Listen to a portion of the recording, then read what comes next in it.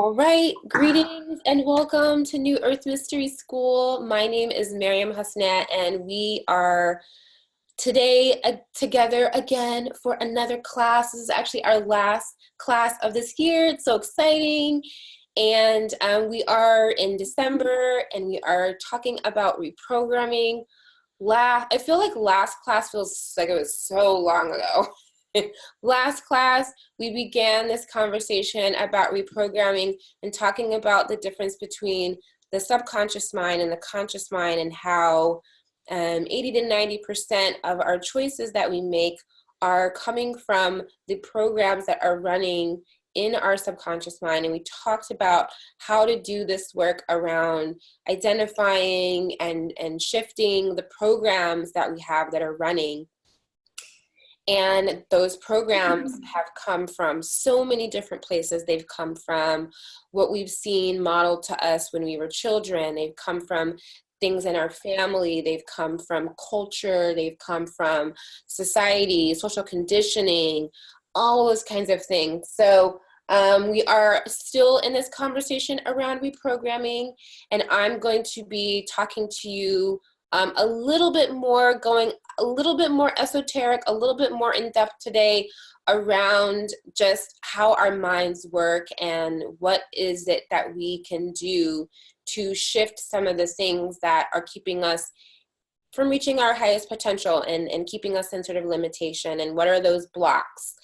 But I naturally wanted to do the whole package, so mind, body, spirit, whole integration. So I wanted to bring on a guest today that was going to support us with the body, understanding that a lot of what's happening in our subconscious mind is also happening on the level of the body, because the body is where all of that information is stored. So in order to really move through those blocks, yes, we're going to work on the level of mind, but we're also going to work on the level of body. So that means we have to learn how to open up our body to allow some of these changes to really happen on a deep cellular level, in our nervous system, in the way that we hold ourselves, in our spine. So integrating all of the mind-body modalities. And I wanted to bring my guest, who has been my co-creator for the past 3 years. For anyone that has attended one of my wellness tours, you know that maybe you don't know, but there are 3 of us. It's myself, it's Hey Fran Hey, and it's Jaredme. So we've had Fran on as a guest before, and this is our first time having Jara here as our guest.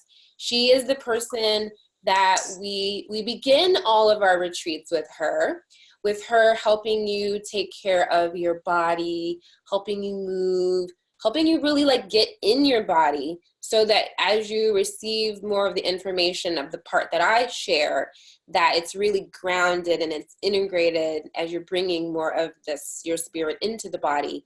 So I couldn't think of anyone else that would be more right to end the year with, to give you all some body medicine, than this woman who has so many amazing modalities that she's going to bring and integrate and teach.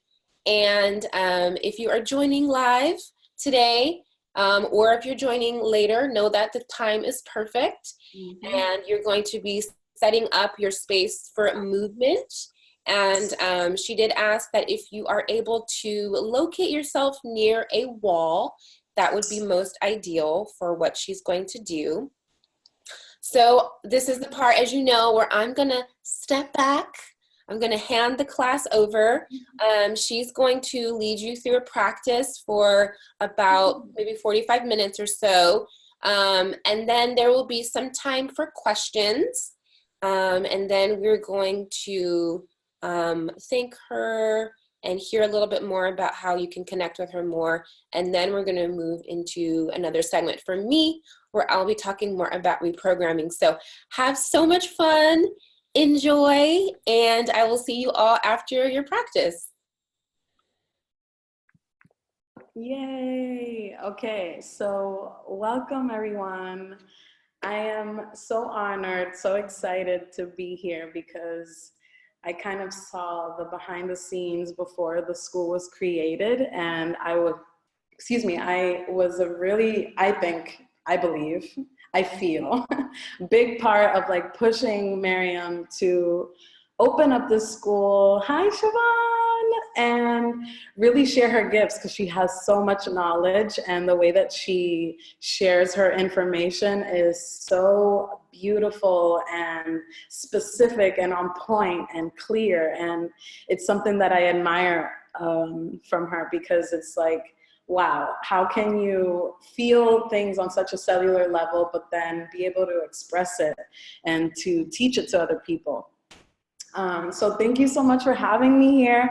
I feel honored that I am the last one of this year. I have a really strong connection to the number 12. I actually, when I had my first like really huge, crazy spiritual awakening, the name of my brand was Doce, which is 12 in Spanish. And so there's so many levels of like full circle moments in today's date. And also it's my grandfather's birthday, who passed away in 2012, and was like a really huge shift in my life. He passed away on February 16th of 2012. And it was big for me. And so today's his birthday, and I want to honor him for a moment, because he's the patriarch of my family. There's so many of us that came from his magic, from his love. And I wouldn't be who I am without him. So his name was Francisco Fernandez, and he birthed 11 children, and I am one of 9, I believe. I have stepbrothers and stepsisters that I just found out about years ago. So it's a big one. And today he would have been 95. So I want to take a moment to honor him and bring him into the space. He practiced Catholicism, and it was very much about, praying and being grounded and centered and working hard to like build your foundation. And so that's really been instilled in my work ethic, even though I struggle with it sometimes. Taking a moment of silence for him.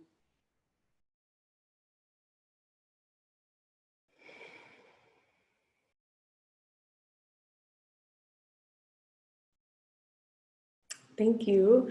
Okay, so my name is Jaradmi. If you don't already know, I go by Jera. My family calls me Jera. So, and I was Jada in college as a resident assistant. So call me whatever feels right. I just hope that whatever you choose, you pronounce correctly, because it's important to me. So Jaradmi or Jada or Jera, whatever you prefer.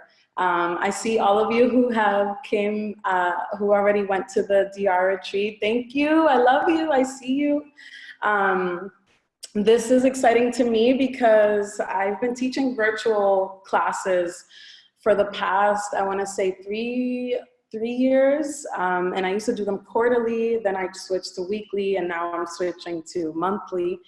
And I use Zoom, so this is like home, and I'm just really grateful to be here. This is a little different for me because I usually see the bodies that I'm working with, and it's really important for me to make sure that your safety is the biggest priority. So the fact that I can't see you is like risk factor, and I am going with the flow, and I want to make sure that if you have any injuries, there are always modifications. So I'm going to do my best between going through the poses and talking about what I want to talk about, and also making sure that you're safe. So just know that if you have any knee injuries, if you're pregnant, that's something that you want to let me know about, because we are targeting the hips, and in doing that, we focus on knees. So, and the lower half of the body as well. So if you have props, so like if you have blankets laying around, if you have any bolsters, I mean, if you have bolsters, how amazing are you? But if you have like yoga blocks, can you pass me one? So ironic, right, that they're called blocks, but it really is to assist you in growing and in getting closer to the floor. So if you have anything like this, also another way, if you don't have blocks, you can grab a few books. So like big textbooks that you have. You can stack a few. And this is really to just have them nearby in case you need to make the floor a little closer to your body. So I'm going to be guiding you through a sequence that's about 8 poses. And as teachers, we always have something planned, but then time takes over and a million other things take over, and we can maybe do half of it, or we have to switch it up completely. I would love it for you to be by a wall. So if you were like coming physically into my class, I'd say prepare by a wall. If that is the case, if you have a place where you can kind of set your mat up and have some support with the wall, that would be awesome. If not, don't worry about it. I'll cue another pose that you can do instead of the one that I have planned. So I'll talk a little bit more about my offerings later on. I want to get you into the experience of this class. So my intention for this is really to allow yourselves, your entire beings, your physical body to really experience what is possible when reprogramming. This is something I've been working with my own body and my own mind for the past 6 years. And when I realized the potential, I really just stuck to it. And I was like, there's no way that I can't share this with other people, because it was really transformative for my own life and my own body and my own mind and my own well-being as a whole. So if you have a bolster, that would be cool. That would be like you have like extra cool kid points. But if you don't have a bolster, then you can use pillows that you have on your couch, on your bed. Longer ones would be really extra awesome. But if you don't have them, no worries. You can later on replay this class and then go through the sequence and have the props needed, quote unquote, because you could totally do this without them.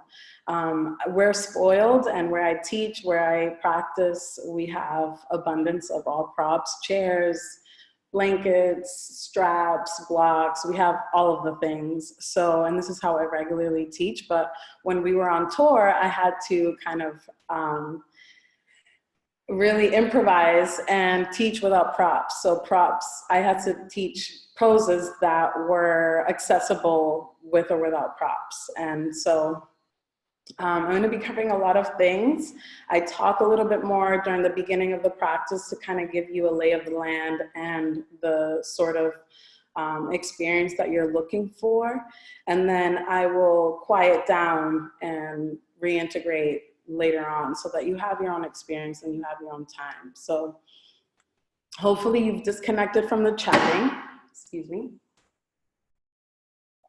You've got on your rug or your mat or whatever space you're using to receive today's offering. And I want to introduce my very special assistant who I have today. Her name is Cassandra, and she came to my Dominican Republic guest house in 2016? I feel like 15. It was with Alex. No, it wasn't. Okay, so 2016, it was the year that we realized that this message had to be broadcasted. And it was the retreat that decided that we would create the Supernatural Wellness Tour and then the Activation Tour. So she is like an inaugural guest. She's been my student for the past like 4 years. Came to the guest house and is also a yoga teacher, and now is studying to become a Pilates teacher. So I'm really grateful that I have her to sort of model the poses so that I can continue to teach you and sort of share what every single pose has to offer. So thank you, Cassandra, for being here, and we will get started. So we're gonna start off with child's pose today. And if you're familiar, it is a pose that requires you to bend your knees. And if you have a blanket that you're working with, this is our little mat space. If you have a blanket that you have available, please set it up so that it's laying across your mat. Here you go. Okay, so then your head will be facing me. So with child's pose, you have the ability to either make it a wide-legged child's pose or a little bit more condensed in its form. Cassandra is very well, she's a highly trained professional and has practiced yin for many years, so she knows how it feels in her body and what she prefers. So in this case, and this is how I love to practice this pose, it's separating the knees out wide, allowing the big toes to touch, and then allowing the hips and sit bones to sort of sink towards the heels. The chest is really melting towards the ground, and then the hands are extended, the arms are extended, and you're able to then connect your forehead with something. So if your forehead does not make it to the ground, then please place a book under it. If you have a yoga block that you're using, use that.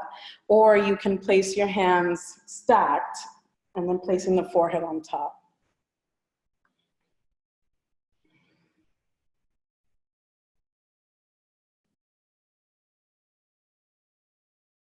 And then as you arrive here, begin to just settle into this pose. Begin to settle into perhaps the difficulty of it, the discomfort of it, or perhaps it's very comfortable for your body. A lot of the work I do, I've been studying for the last 5 years. With the art of touch. I'm a Reiki practitioner, but I also work as an assistant to support bodies while practicing yoga. So I go around and offer my hands-on adjustments to sort of deepen the pose, support the pose, or perhaps just offer energetical support. And so in this case, I'll be placing my hands a bunch, you'll see that. And I've been working with Cassandra for many years, so I know her body, I know her style of practicing, and I'll just be placing my hands over the places where I think she needs a little extra support.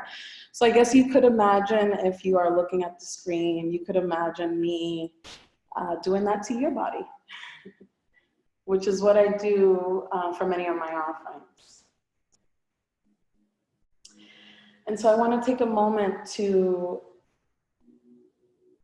really emphasize the arrival into this practice.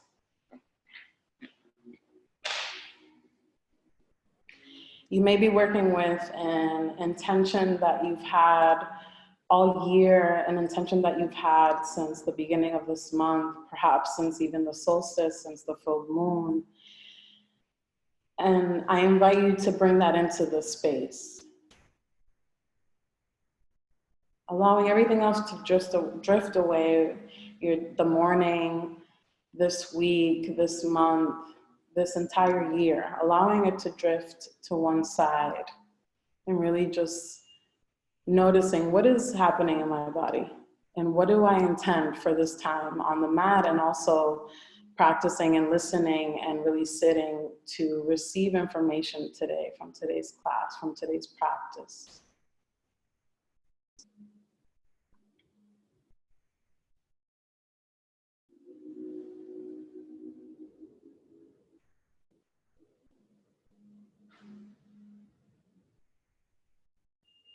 We'll be targeting a lot of the parts of the body, basically everything that Jamie covered last class, last session, last month. I love how Miriam set this up and how perfectly it aligns, because Jamie already explained everything that's sort of happening with each of the meridians, and with Yin Yoga, we are able to explore these and able to work with them to release the energy that's sort of blocked in them. So we hold Yin Yoga poses for a little bit longer than usual, anywhere from like 5 to 7 minutes. Today, because I have a shorter amount of time with you, I'll probably be holding them from you from 4 to 5. So notice what happens as you hold. It's not something, Cassandra's a highly trained professional, so she makes it look very easy, but in the beginning, there might be a little bit of fidgeting, there might be a little bit of playing around with how your body feels in the pose and what do you need to do to best support yourself. Let's take a big breath in here, through the nose, filling up from bottom to top, from the pelvic floor all the way to the heart. And then exhale from the chest all the way down to the belly. And we'll do that a few more times to integrate the intention, integrate our bodies, integrate our minds, integrate our emotional body, our spiritual bodies. Inhale. And a big exhale out the mouth. You might feel like you can release a little bit more here as you exhale. Empty out completely, allow the navel to touch a little bit of the spine as you exhale, emptying out. And then inhale when you're ready, filling up all the way. Opening up the back body, and then exhale, let it go, releasing through the back body, through the sit bones, through the hips. Last round here, big breath in. And then full breath out through the mouth. And so we're signaling to the body that we're about to move. And then as you next inhale, you'll come up to tabletop position. So hands and knees. You can separate your feet about a hip, or excuse me, your knees about a hips width distance. Placing your arms underneath the shoulders underneath or over the wrists. And then coming into cows and cats. So you'll round the spine as you come into cat pose, and you can see this really well in Cassandra's spine. Pressing into the floor so that you can reach all the way up. And then inhale as you come forward, reach the heart forward, tailbone forward to the ceiling, to the sky. Inhale, the full breath takes you there. And then exhale, reaching through the spine all the way up and pressing down through the hands, through the arms, engaging, activating. And you'll take this a few rounds with your breath. Inhale to come forward. Such a beautiful motto. And exhale, pushing through the floor all the way up into the spine, into the back body, into the thoracic spine. Take two more on your own. Inhale to come forward. And exhale, round and curl the spine. Last round. Inhale. Reach the heart forward, tailbone up. And exhale, round the spine. And then slowly coming back to neutral on your inhale. And then we're gonna make our way onto the belly. So Cassandra's gonna come down to lay on her belly. Make sure that if you're up against the wall that you have the space. So Cassandra, move a little bit away from the wall. And before we head into another yin pose, we like to take a little bit of a break. So place the hands stacked and then the forehead on top. And then rest your head, rest the arms, rest the entire spine, abdomen, legs onto the ground. So we're just getting started here. Noticing where your mind is, noticing what the conversation in the mind is as you are here.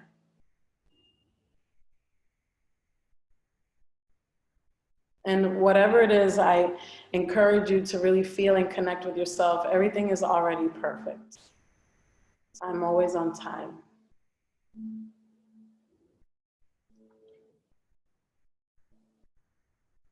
I trust myself. I am enough. So there's nothing that you need to model. There's nothing that you need to even look like. These are all suggestions of what I'm here to offer. You could stay in this pose the entire time and it's perfect. This is a really beautiful practice to fine tune what it is that our bodies are telling us and also what our minds need in this moment. So, and vice versa. So if this is where you need to stay, please stay. Otherwise, if you're ready to move into the next offering that I have, the pose is Sphinx pose. So you'll stand up onto your forearms. And you'll see that Cassandra can model it really well here. The forearms are, so the shoulder is right over the elbows. The shoulders are right over the elbows. And then the arms are parallel. So imagine yourself being on a set of train tracks. Very scary, I know. Don't. Do, but don't. You know what I mean. And then allow everything else becomes, if you think about a hammock, it's very chill, relaxed. Everything is relaxed. The only thing that is technically working here are your forearms. So the tops of the feet are down. Everything is relaxed. And the target area, which is a big component of yin yoga, is the lower back. So if you are already experiencing a lot of discomfort, if you don't like this, if for whatever reason it's becoming very triggering for you, then just allow the forearms to come forward. And if you could show that to them, Cassandra, just a little bit. Allow the forearms to walk away from the center line of the body. And this will dissipate the sensation. If you're on the other side of the spectrum and you need a little bit more where you're not feeling it on the lower back, make sure that the tops of the feet are planted and then walk the elbows in underneath the shoulders, and then press into your hands, straighten the arms, and this allows you to come into seal pose. So this will definitely create sensation along the lower back. This is stimulating the stomach, the spleen, the kidneys, the bladder. So if you think about what Jamie shared last class in November, which was amazing, she touches upon all these things, all the meridian lines. So yin yoga is beautifully connected to acupuncture, to Chinese medicine, because we're literally unblocking the blockages in the body, in the meridians, by holding these poses and allowing our bodies to feel stress for 5 minutes and then releasing it so that we can feel the benefits of the openness. Does that make sense? I hope it does. I can explain this more later on, but the gist of it is this, what I just said. So take a big breath in here and exhale out the mouth. Like I said earlier, I'm talking a lot more in the beginning to kind of give you the lay of the land, and then I will quiet down a bit so that you can have your own experience. Take another big inhale and a big exhale. So in this pose, I've showed you the different levels of sensations. Cassandra, it seems like she's already done with seal because her time has expired and she can feel it in her body. And she's come back to the regular Sphinx. If you were experiencing a lot of sensation, you would walk the forearms forward. And so I should also mention that we are looking for a level of sensation from a scale of 1 to 10 to about a 5. Sometimes 6, but for today's class, I want to focus on a 5. So medium level. You don't want to overwork the muscles and the joints that we're targeting. You want to be able to kind of feel this dull, achy sensation, but also feel like you're enjoying it. And this could be very new for you. Perhaps you've experienced yin yoga before. Perhaps you've taken one of my classes before, so you kind of know the way to do this. But it definitely takes practice and fine tuning and doing it over and over again to sort of create this beautiful conversation with you and your body. And then slowly, Cassandra, come all the way down, make a pillow with your hands, stacking the palms, and place the forehead on top. So there's always a counter pose with yin yoga. And in this case, for me, what I love is bending the knees and then windshield wiping the legs a little bit side to side. And you're doing this, as you can see, very slowly, methodically. You're not moving faster than your breath. This whole idea of slowing down the movement is to really trigger and activate the parasympathetic system in the body. part of the nervous system that is really here to support us and rest and digest, so that our body can really do all the things that it needs to do to be balanced and healthy and at peace, right? And at calm, being calm. So we always take a counter pose after a long hold like that. And this could look differently for you. So you might just prefer to be in stillness, and you might prefer to come into child's pose. You might prefer a downward dog. You might prefer to, I always say, you can run out of the room. I teach a class, I used to teach a class to like senior citizens, and they would always laugh at that like joke. So know that you have full autonomy here, and if you need to go to the bathroom, if you need to do anything that doesn't look like what I'm cueing, it's perfect, and it's perfectly normal, and you can do whatever it is that you need to do to support yourself.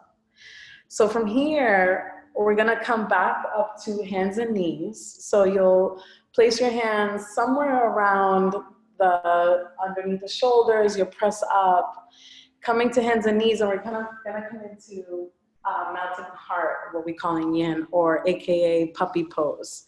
So what that looks like is walking your arms forward, your hips kind of stay over your knees, and this might change, you might move a little bit back, a little bit forward, depending on how the pose feels for you. Arms extended, and then either, I prefer having my temple on the mat. You can either have your chin or your forehead or the side of the head, the temple, onto the mat. Cassandra looks like she's in a place where she feels supported. Again, highly trained professional. She's been practicing yin for many years. So she knows what works for her body already. It may not look like this for you. You may have to place a block underneath your forehead. You may need to place a few books if you don't have a block underneath your forehead. You may, at some point, bend one elbow so that your forearm is parallel to the front of the mat, and this gives you a little bit more support. And show with the opposite arms so that they can see. Yeah, there you go. This is also another way to modify this pose. And so we're here for a few minutes, and the whole point of this is really to target the spine, which stimulates the bladder, the stomach, the spleen.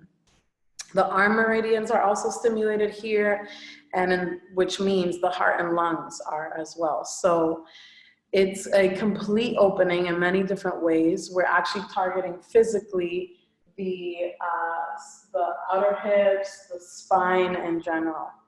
And so you may be feeling this a lot across the chest. If you do, it's something that's very common. Again, you want your level of sensation to be at a 5. And if anything feels like burning or numbing or tingling or like you're about to pass out, you have gone way too far, and that just means that you need to come back into something more gentle. So that would mean at this point a child's pose. You can lay on the belly and just completely come out of it.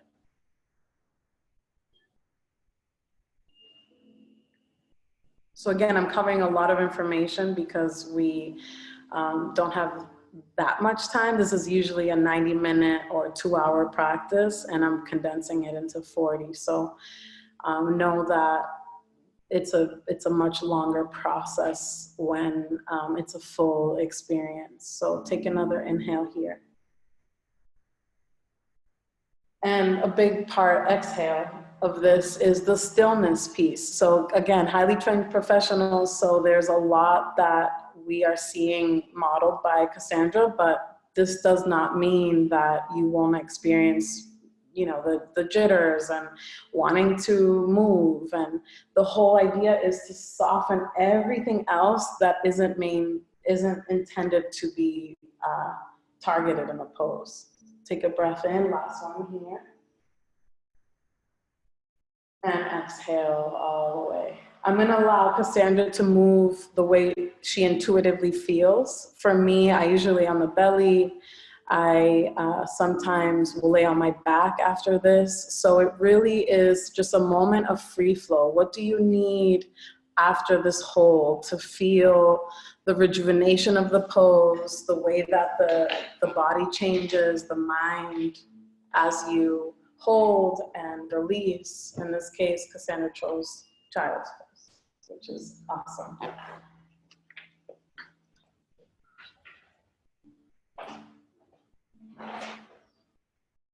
So I'm just giving her a little bit of support with my hands.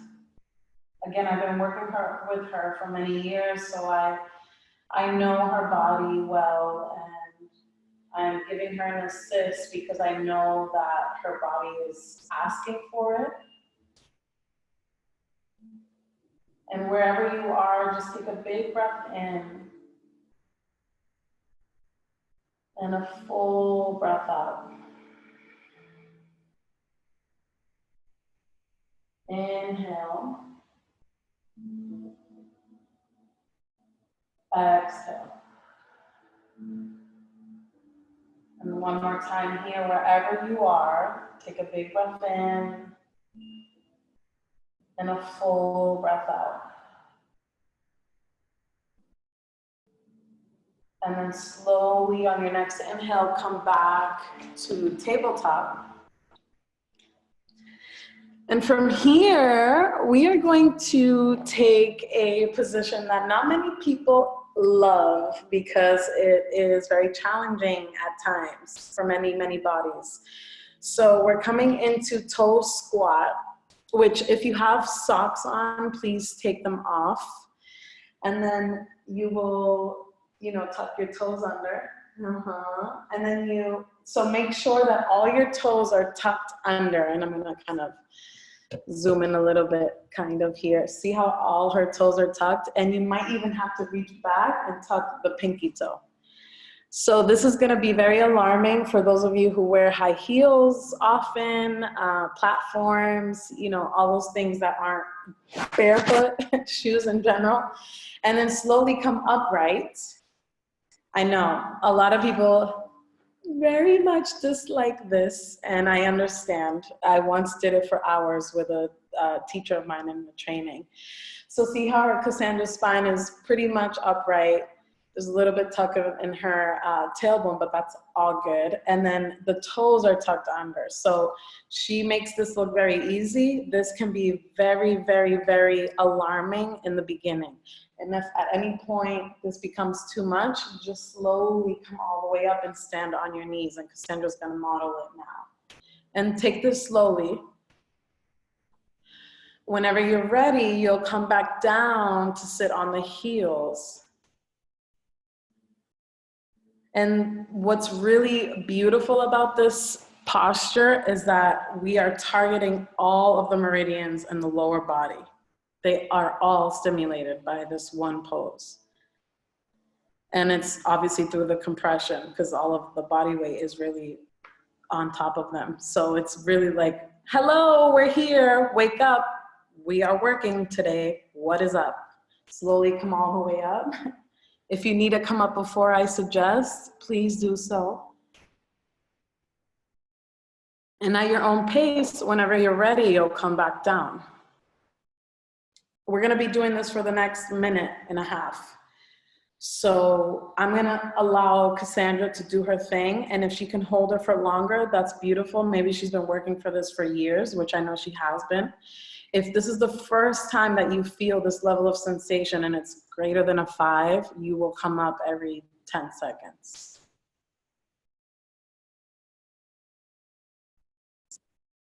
This also, because we're targeting the front of the ankle, it opens up the spleen, the liver, the stomach, gallbladder.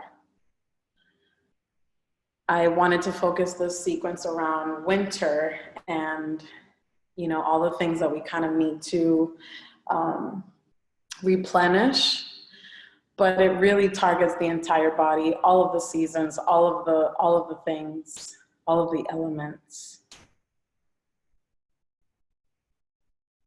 Really nice. And so you're coming up whenever you need it, coming back down, and then just notice what is the conversation in the mind when you are in this level of discomfort. what is it? So that way you can take note of it and then reprogram in that moment, whether it's this doesn't matter, or this is too hard, or whatever the conversation is, whatever the chatter is, take note of it so that you know what is arising when moments of discomfort arise. Lots of information here. Okay, last 15 seconds.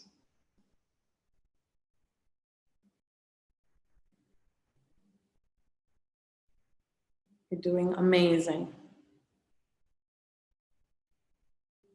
And slowly come to hands and knees, and then you'll tap the fronts of the feet on the mat. So you'll do it a few times and just tap, tap, tap, tap. And you may feel a really big level of sensation here. It's almost like warming, blood rushing back, kind of thing.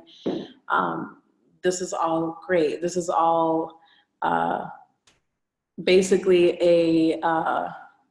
this is evidence that you are releasing, opening, unblocking.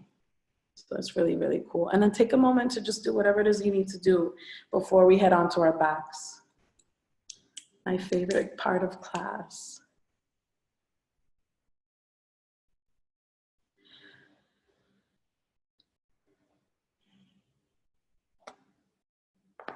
And then slowly, whenever you are ready, at your own pace, at your own time, you'll come onto your back and hug the knees into the chest.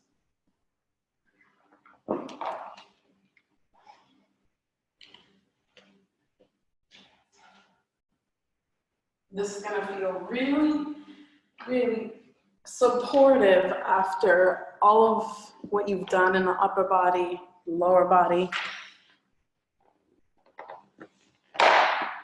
It's gonna feel, I mean, at least in my body, it feels like grounding, restoration, rejuvenating.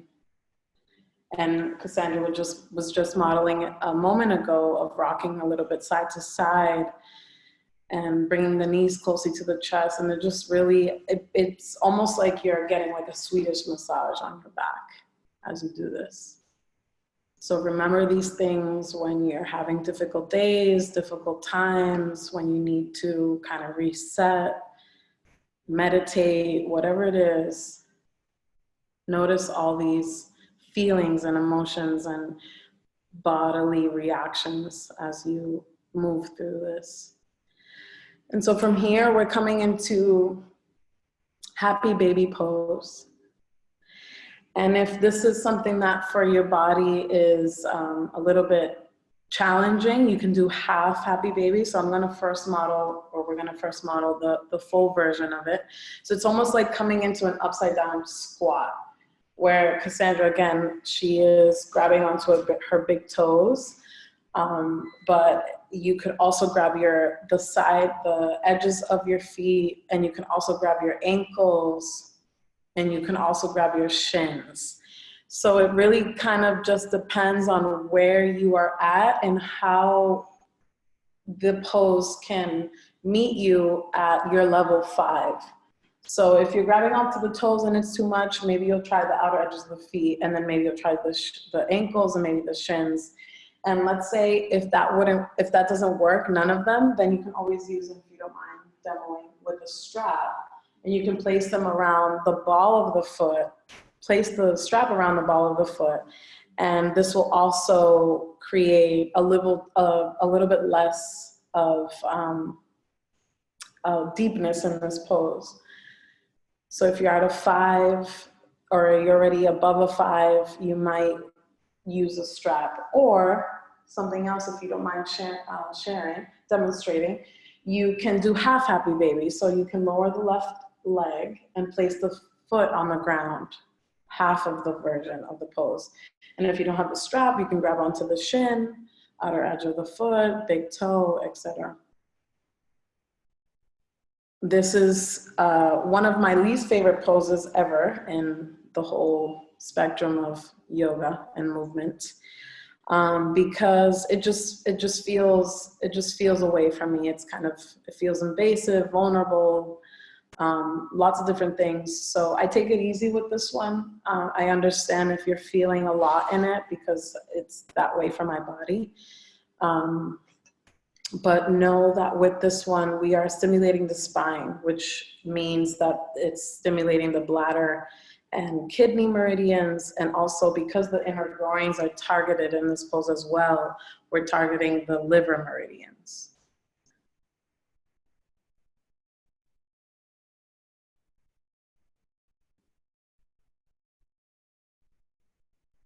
Notice your breath, notice the conversation in your mind. Notice how you feel. Notice what your body is doing and how it's reacting. Fidgeting is normal. If you're very new to this, know that that is going to change as you practice more. Because the whole idea is actually becoming more still and being okay with whatever kind of comes up from it, as long as it's not painful or burning or tingling or numbing.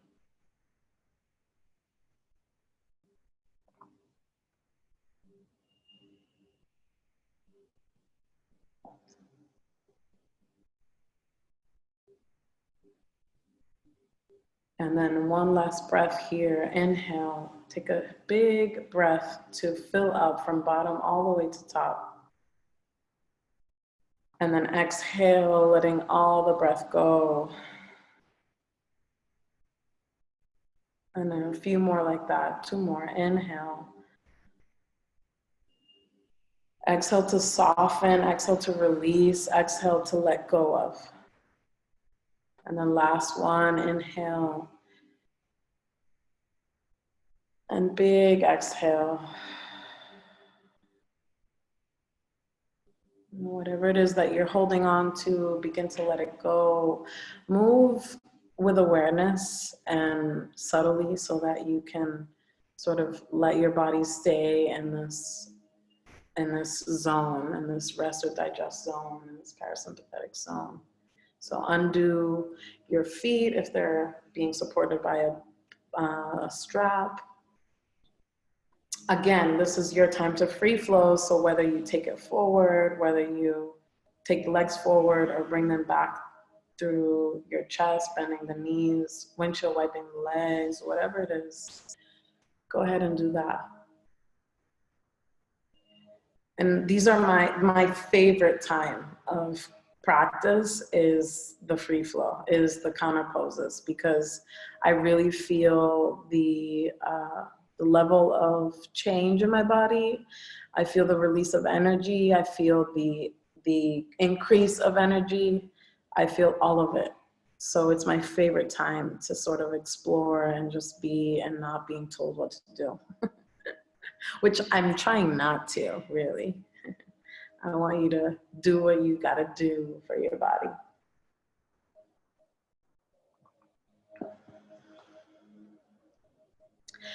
And then whenever you're ready, probably one of my top 3 favorites of Yin Yoga world is Banana Asana. So with the full moon yesterday, let's use that as an example. Imagine a crescent moon, like a banana shape in your mind's eye. If you're really close to the wall, you'll back up a little bit so that your legs can come all the way forward. And then before we even move there, bring your arms overhead and then interlace your fingers. Take a really big stretch, reach through your toes, so you may have to move back, Cassandra, so that you can point your toes. I want you to get really big, take up space, point. And then you may not be able to see, she's interlacing her fingers, and then you can even like point all the way back. So long line of energy. And then inhale to reach forward, and then exhale, flex the toes back, and then take a mini curl in the pelvic area. And then inhale to come forward, point the toes, really reach through your fingers. And then exhale, flex the toes, curl, and then you'll press your lower back into the mat. Good. A few more like that. Inhale, forward. Exhale, curl. Really nice breath. Last one here. Inhale, come forward. Point the toes, reach your fingers all the way. And then curl, take it back. Coming back to neutral. And then here, from here, we're gonna move into banana asana. So for me, I like to grab my elbows over my head. You may feel like interlacing your fingers is where it's at today, and that's perfect. We're gonna go to the right first. So taking the torso all the way to the right. The hips are staying where they are. The torso moves to the right. And then when your torso cannot go any further, then you start to take the heels to the right. And I've taught this many times in my classes on tour. So if you've been there, you'll know this. And then for extra support, you may cross one ankle over the other. And then see how, well, not see, but feel how the left side body is getting an extreme stretch from the ankles all the way to the hips, all the way to the armpit. And then your job here, I usually clench my feet. Allow this part of your body to release. No effort. Allow the knees to release. No effort. Like your legs are heavy. They're like heavy and weights. Let them go. Anchor them. And then same thing for your upper back. Are you still clenching? Are you still gripping? Are you still holding? Can you soften? We are targeting gallbladder meridians. The arms overhead stimulates the hearts and lungs meridians. If the arms overhead are a little too much, you can always bring down your right arm by your side. And you can't see it from where Cassandra is right now, but you can just have the arm by your side, and this will do the opposite of deepen the experience. It's gonna lessen it. So if you're feeling too much, if you're over the 5 limit, then you want to do this. If you're still like at a 3, then you want to bring it up, just like Cassandra just did. Everybody is different. One of the things that fascinated me the most when learning about anatomy was that we can do something over and over and over again sometimes, and because of the way that we're built physically, we're not able to actually change it. But that also inspires me because it's the total opposite in the mind. When we know that something isn't working for us, when we know that something isn't resonating, it doesn't serve us, we're able to change that. And this is a practice that in my own life has given me the space and the time. It's like a window of like me time.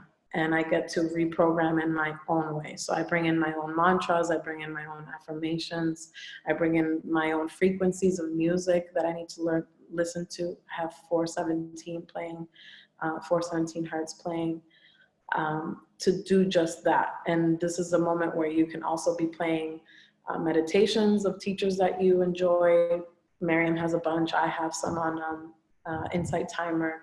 We can listen to our own selves.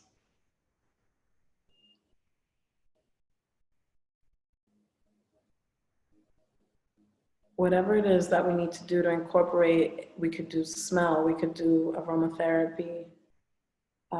There's just all the things, hypnosis, all of the things are welcome in this space. It's like, how do you want to collaborate with the different tools?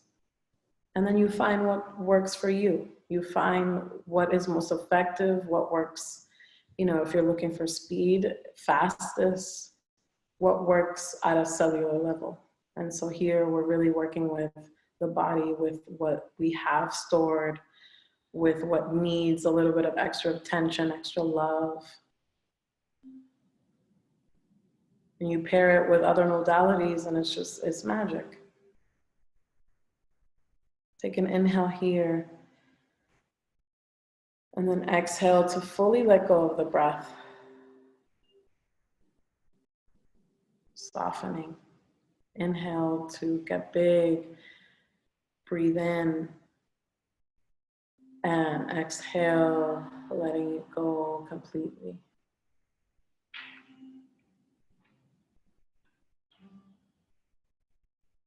Last one here. Inhale, filling up. So nice, Cassandra. And exhale, letting it go. The same way that we came into the pose, we'll release it, we'll come out of it. Uncross your ankles if they already are, walk the ankles back through center. And then slowly the torso follows, so come all the way up back through the midline. And then take a moment. This is your free flow, this is your time. Pause, notice, receive. When you talk about receiving messages, receiving your next step, receiving your next breadcrumb, these are the kinds of moments where you're literally open to what is available.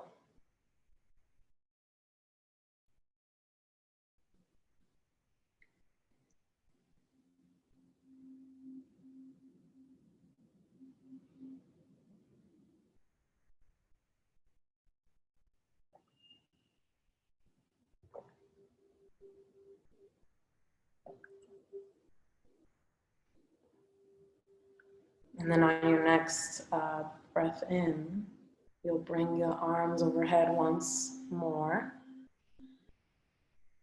If you interlace your fingers, you'll cross in the opposite way to bring some balance into that. If you crossed and your forearms to grab elbows, just opposite forearm on top.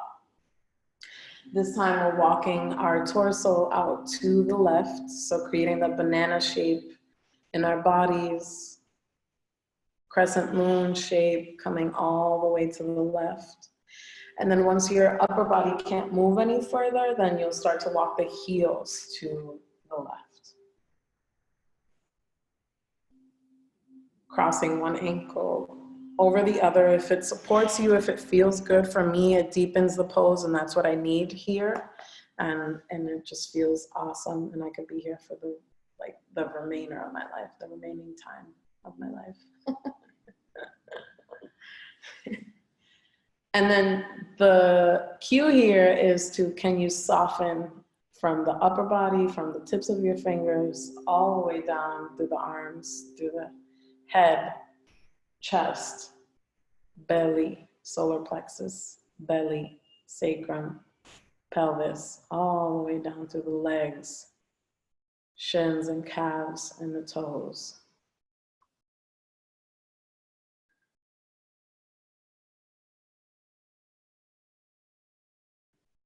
And so with this practice, really we're looking for all of the things that Jamie mentioned in November's class, all of the elements supporting our most well-being in balance are all about connection and love and harmony, grounding, supporting, inspiring, creative. And it gives us drive, it gives us foresight.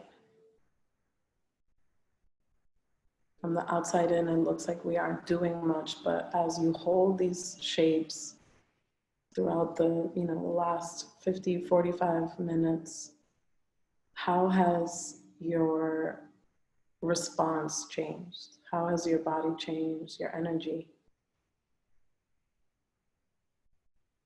It's really magical when you allow it to be.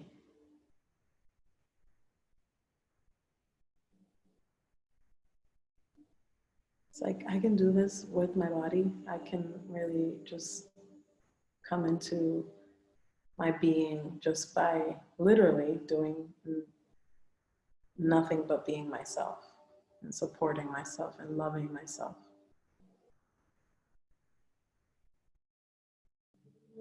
Another check-in to notice what is still holding tension. Can you release? Just by noticing it, can you release?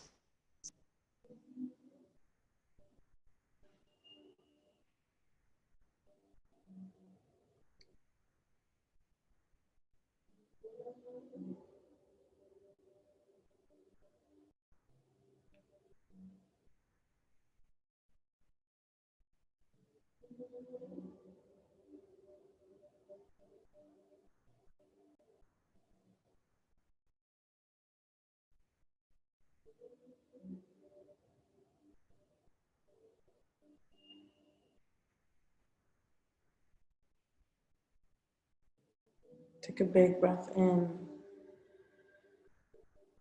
and a full breath out. Emptying out completely. Uncross your ankles. Walk them back through center.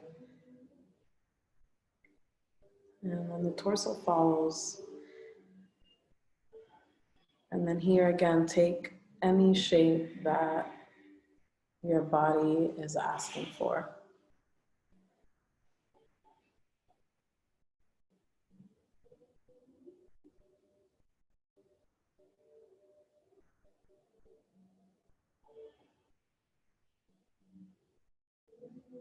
A really nice way to support this is by placing a blanket over the torso, over the hips.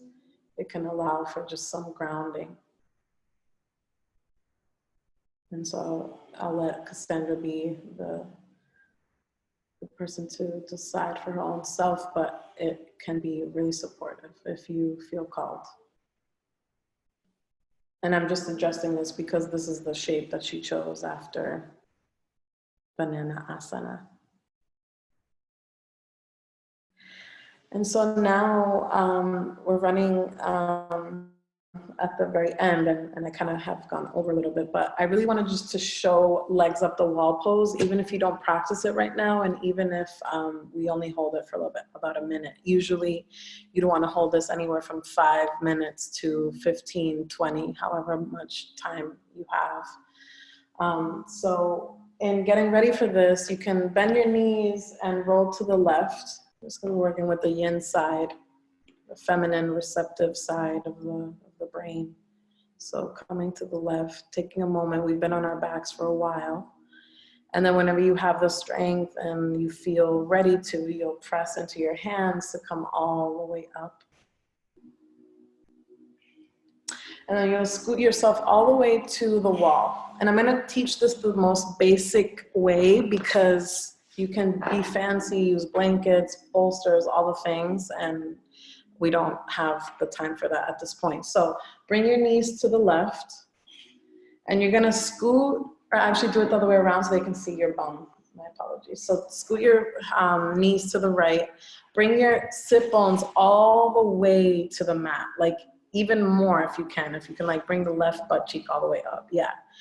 And then you'll lay yourself onto your side and then lay yourself onto your back. And then the legs will sort of just like float up into the air. Yay! There you go. So again, only gonna hold for about a minute because of timing, but this is a pose that you definitely want to, I'm gonna place it over you. That you definitely want to spend some time in. So I placed a blanket over Cassandra's torso because it allows for grounding. And also I'm gonna place one at her feet. So this is a place that I usually will give people Reiki in during class. I will work with their feet, but another way to assist is really just allowing the blanket to lay on the feet, and this allows for, again, more grounding, and it's just really soothing. You can only really understand once you feel it. So with legs up the wall, this pose is like, if you could only do one pose a day, this would be the pose. Because it regulates the blood flow. It allows support for migraines and headaches. I'm gonna give you guys the whole picture. It calms, above all else, the parasympathetic system, part of the nervous system that really allows us to rest. It alleviates menstrual cramps. It improves digestion. If you have any sort of pain around the hamstrings or the feet, the ankles, if they're swollen, this is a beautiful place to spend some time in. And you can, again, play a podcast. You could play a hypnosis meditation that maybe Miriam has on SoundCloud. You could play anything that is inspiring to you.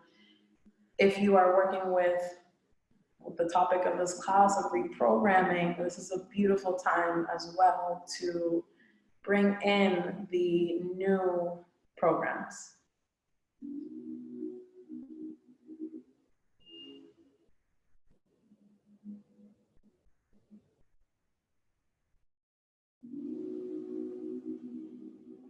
So the themes that I've been working with my clients and my students this month are the following, and I'm going to share them with you. And they are affirmations that come to me when I work with people one-on-one. So I usually get messages and words and then mantras and affirmations. So for the person I'm working with, and I'm just going to share those for this practice.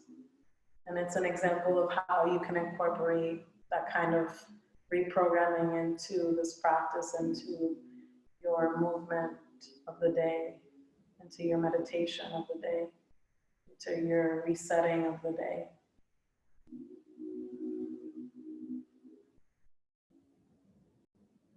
Beginning of the day, nighttime, etc. So in your minds, and in your mind, or if you feel called to speak it out loud, you'll repeat after me. I am right on time. Everything is already perfect. I trust myself. I am enough.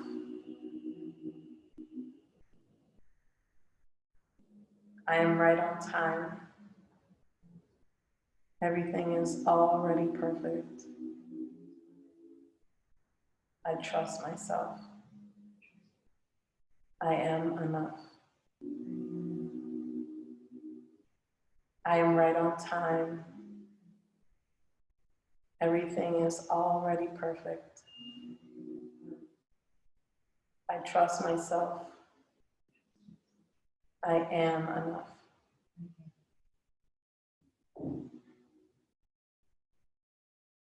Inhale deeply and exhale.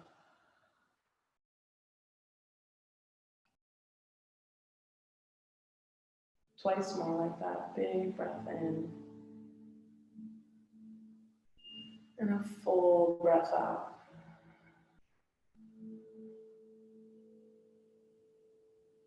And last one here. Inhale. Releasing anything that needs to be gone out. Letting it go.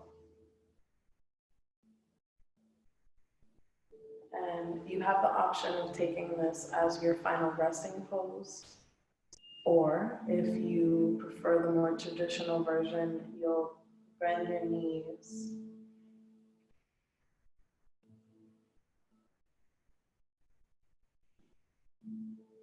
and slowly you'll press into the wall so that you can come to lay all the way on the ground.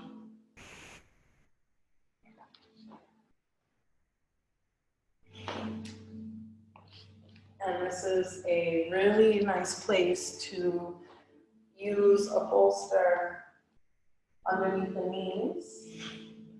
If you are taking a more traditional version of Shavasana, if you have a blanket, you'll place it over the body. And typically, you'd want to spend a minimum of 10 minutes here. We won't be doing that in this practice today because of just timing in general. But when you are practicing on your own, give yourself a little more time.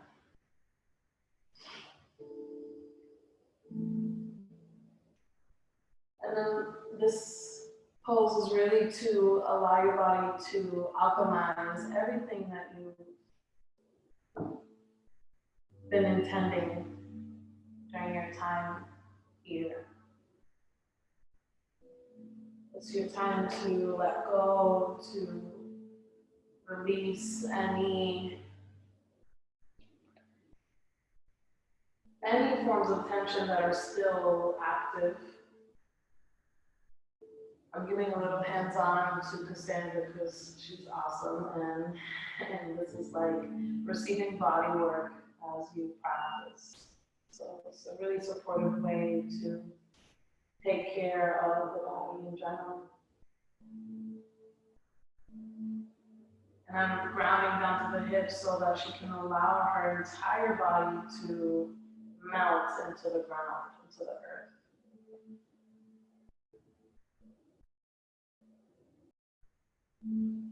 And I can see that her breath is steady, it's slow, and feel free to just let go of any control of the breath here.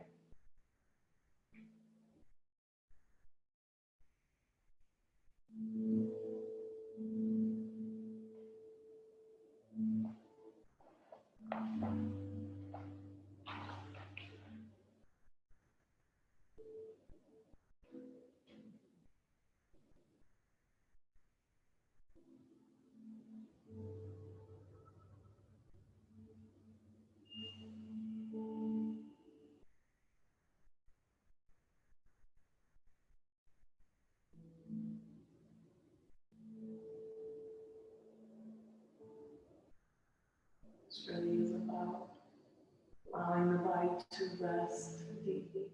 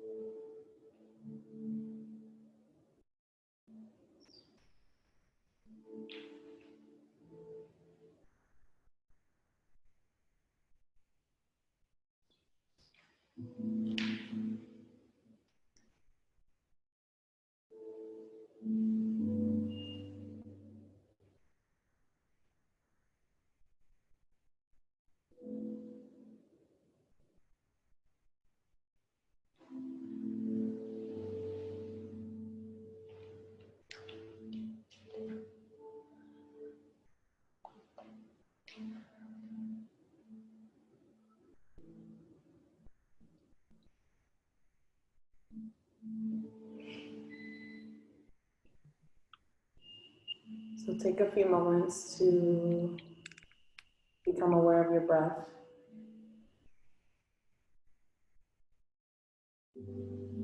Wiggle the feet, the ankles, the toes, and then bring it up through the fingertips, the wrists.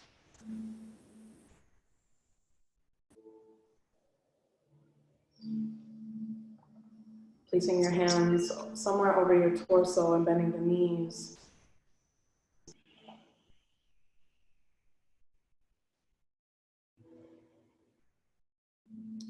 And rolling over onto your left-hand side.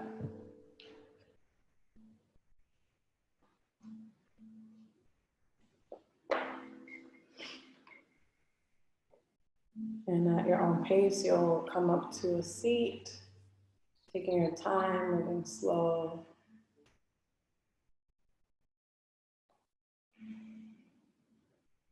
And sit up on either a pillow, bolster, blanket, block, whatever you have.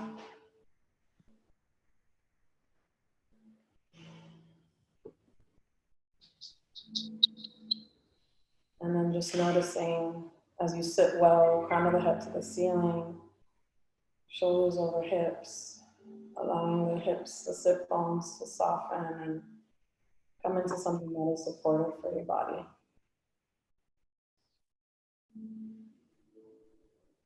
Relax the shoulders.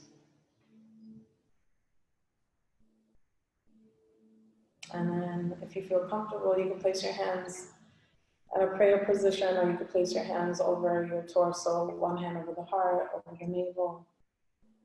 And then let's just take a final breath in together to conclude. Take a breath in and a big breath out. And then at your own pace, you can blink your eyes open.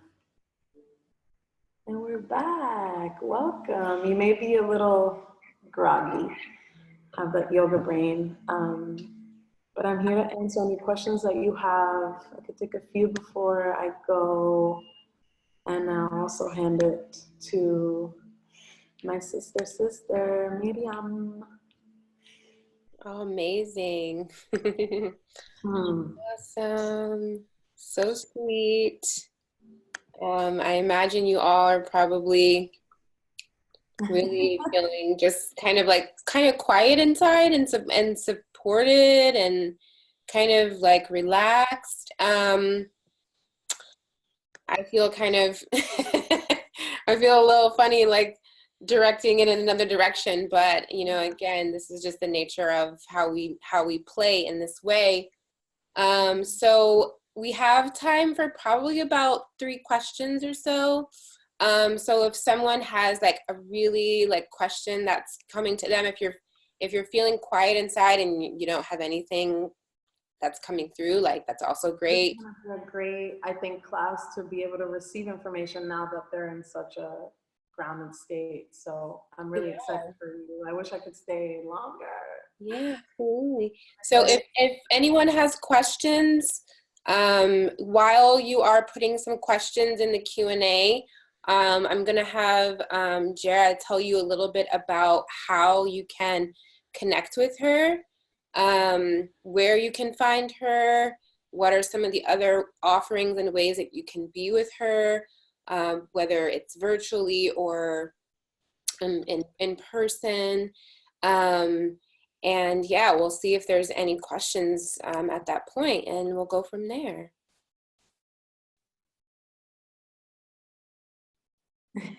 Mush. It's called the yoga brain. So how can they connect with you? Yeah, so all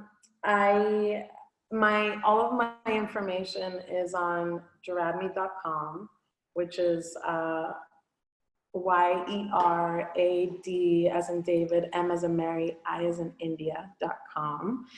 On social media, I'm Jara Gomes, so I have my last name and it's the shortened version of my name, so it's YERAGOMES. And I've been teaching online classes since 2015, and they've taken different forms along the years. When I first started, it was quarterly, and then I switched to weekly, and now I'm switching to monthly because of the schedule and everything. So I do that with a little bit of writing, a little bit of meditation, a little bit of sharing. So I also use Zoom, this platform, but I get to see your faces, and it's a much smaller group. Thank goodness. This is amazing, but for right now, I'm working with smaller groups, which is really sweet for me. And I really enjoy it because I get to see all of you, your bodies, and what's happening. And then I also work with people one-on-one, so it's kind of tailored to what's going on in your own life and what you are looking to sort of bring forth. And I use a series of modalities: Reiki, meditation, yoga, writing, EFT, which has teachers on tour, and yin, of course. So, and then what else? I teach every month in Massachusetts. So I have a class that I collaborate with a yoga therapist, and it's very different than teacher. It's more of the therapeutic side of the practice, and it involves some of psychology work, so psychological work. And Alex works out of Jamaica Plain. If you're familiar with Boston, we collaborate every month where she teaches the class and I come around to assist. So I'm one of the 4 body workers that are in the class to support all the bodies. And then I also teach a monthly restorative and meditation class at Sheila Donovan Pilates Studio in Canton, Massachusetts. And I see clients one-on-one here as well for Reiki and gyrotonic, which I also teach. And I also teach whenever. I used to teach a Monday class, yin class here, but now I'm subbing whenever needed. I could probably go on, but that's enough for now. Yeah. And then the best way to search me on Insight Timer, which I collaborate often with, is just probably, if I remember correctly, either Geradmi, my first name, Yeradmi, or Jera Gomes, Yeragomes. Yeah, and someone shared my site. Thank you. Someone asked, are you going to be teaching in New York anytime? I have collaborated with Heal House in the fall sometime. I can't remember. It was at the end of summer.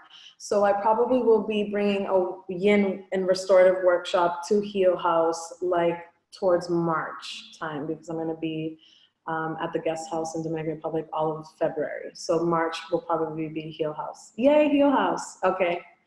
Yeah, Darian is awesome. So I feel like we made a connection, and now it feels safe and kind of comfortable to be working with them there. So awesome. And then I'll be spending some time in California as well. So I'll announce that all on social media. I'm probably going to be working with Haas more closely, physical in IRL, and also just on my own, where Jamie teaches, who taught in your class last month.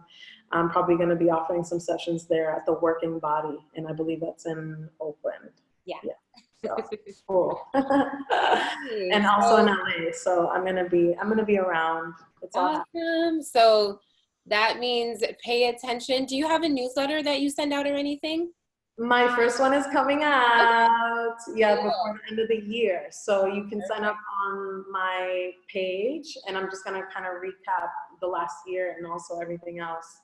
And you can get on that, because I'm gonna be just putting out more information of where I'll be.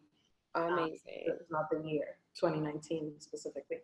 Awesome. So good. So many options for you all to get inspired by, to connect with her more. Again, the virtual option is great, but for all modalities really, but especially for someone who's a body worker, when you can actually have your body with them is when you're going to really be able to kind of experience the levels that there are to experience. So I know that finding a body worker that resonates with you is like really important. So it's always worth it for me to find the people that can take care of my body and kind of get me to feel good in my body the way that I know that I can feel.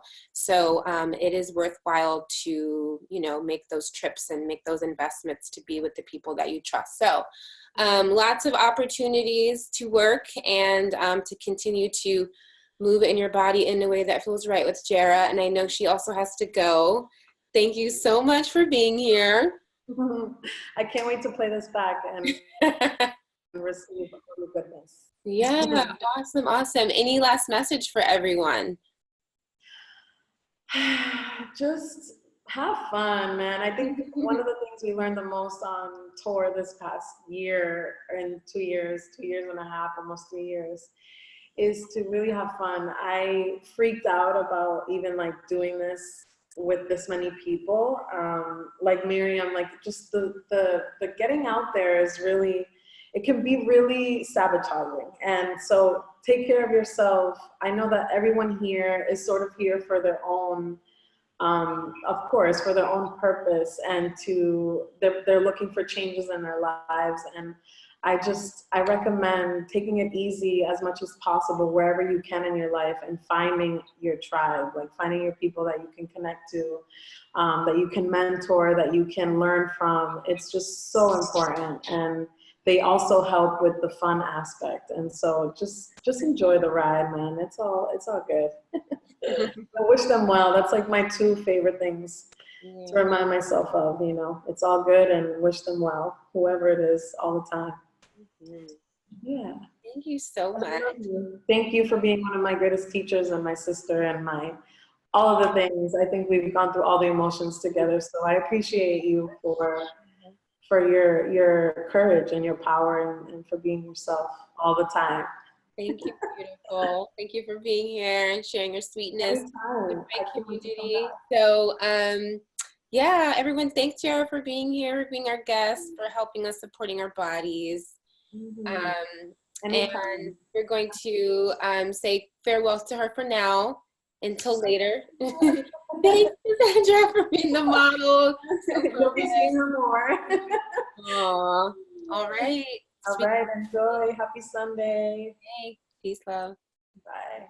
Okay. All right. Awesome. I'm so happy that you all had the opportunity to just get really connected and grounded and centered in yourself. Because as I stated at the beginning of this class, this is going to be a red pill class. I am happy that you all are feeling totally adjusted and aligned because I think that it's super important. The messages that have been coming through for me have been kind of challenging. I'm not going to lie, a little bit edgy. Not edgy for me in terms of like the kind of content that I'm always down the rabbit hole. Like I'm always down multiple rabbit holes. So for me, there's really no topic that is too edgy for me. But in terms of like what I share online, and it's kind of funny because I kind of feel like I've been not playing small in a way, but I've just been like playing it safe. And in the past week, I feel like my guides were really like, what are you doing? Like it's awesome to achieve, levels of success in the matrix and all of that, because we're here to do that. But I think in the past week, my guides were like, okay, like it's also time to get back to your mission while you're here, and reminding me that my mission is about being an activator, being an alchemist, being a catalyst. And it's funny that, I love how my guides give me like different levels of confirmation. I've been feeling particularly like at this last couple weeks of this year that my fire energy, my like Kali Ma energy has been coming up really strong. And I've been kind of like trying to get it to chill and cool out, and then it's just like keeps bubbling up and coming up. And you know what that energy is like? That energy is like it burns through all illusions. It's like that sword of truth. When I was a child, I always had a relationship with the angels, and the image of the archangel Michael was always that he had a sword of truth. So I always kind of associated that angelic energy with also having a sword, as someone said, like dragon energy. So that's part of my energy. And one of my mentors, a lot of you might know, my friend and my mentor, Pamela Ehrlin, I had her on as a guest before, and we were talking about the Akashic records and the concordant records. And she is an alchemist and all these, a channeler and transmedium and all this other kind of stuff. And she sent me a message, and it was a source tone that she had channeled. She said that her guides woke her up at 3:33 a.m. with this source tone, and she had sent the recording. But when she recorded it, she didn't know who it was for. And so that's the way that the source tones work. When she receives them, she doesn't know who they're for sometimes. And then after they'll say, this is who this is for. So when she was channeling the source tone and she was talking about the source tone, and if you're not familiar with source tones, they're basically the sound of your specific energy frequency that's related to your unique energy signature. And I always have joked around and said that, like, my energy is a combination of Isis and Lilith, which is kind of this very, very like sweet divine mother energy, but at the same time also this very like intense, fiery, alchemizing energy, like sword energy. So when she channeled my source tone, it was exactly that. There's two parts of it. The first part of it, and it's in Sanskrit, so she translates what it means for you. The first part of the source tone was she was like, whoever this being is, you're a healer, you're a lover, there's a lot of green energy, there's so much heart energy, you're very connected to Gaia, you're very connected to the elementals, to the fairies, to plants, to nature. You you are a guardian in a way for Gaia, and you receive a lot of messages from the earth. And and then the second part of the source tone, she was like, you're Kali Ma, you're Lilith, you're fire, you're an activator. You are here to activate. You are here to like burn through illusions. And it was just so funny because I was like, this is absolutely my energy. So she referred to it as the sweeter Kali Ma energy.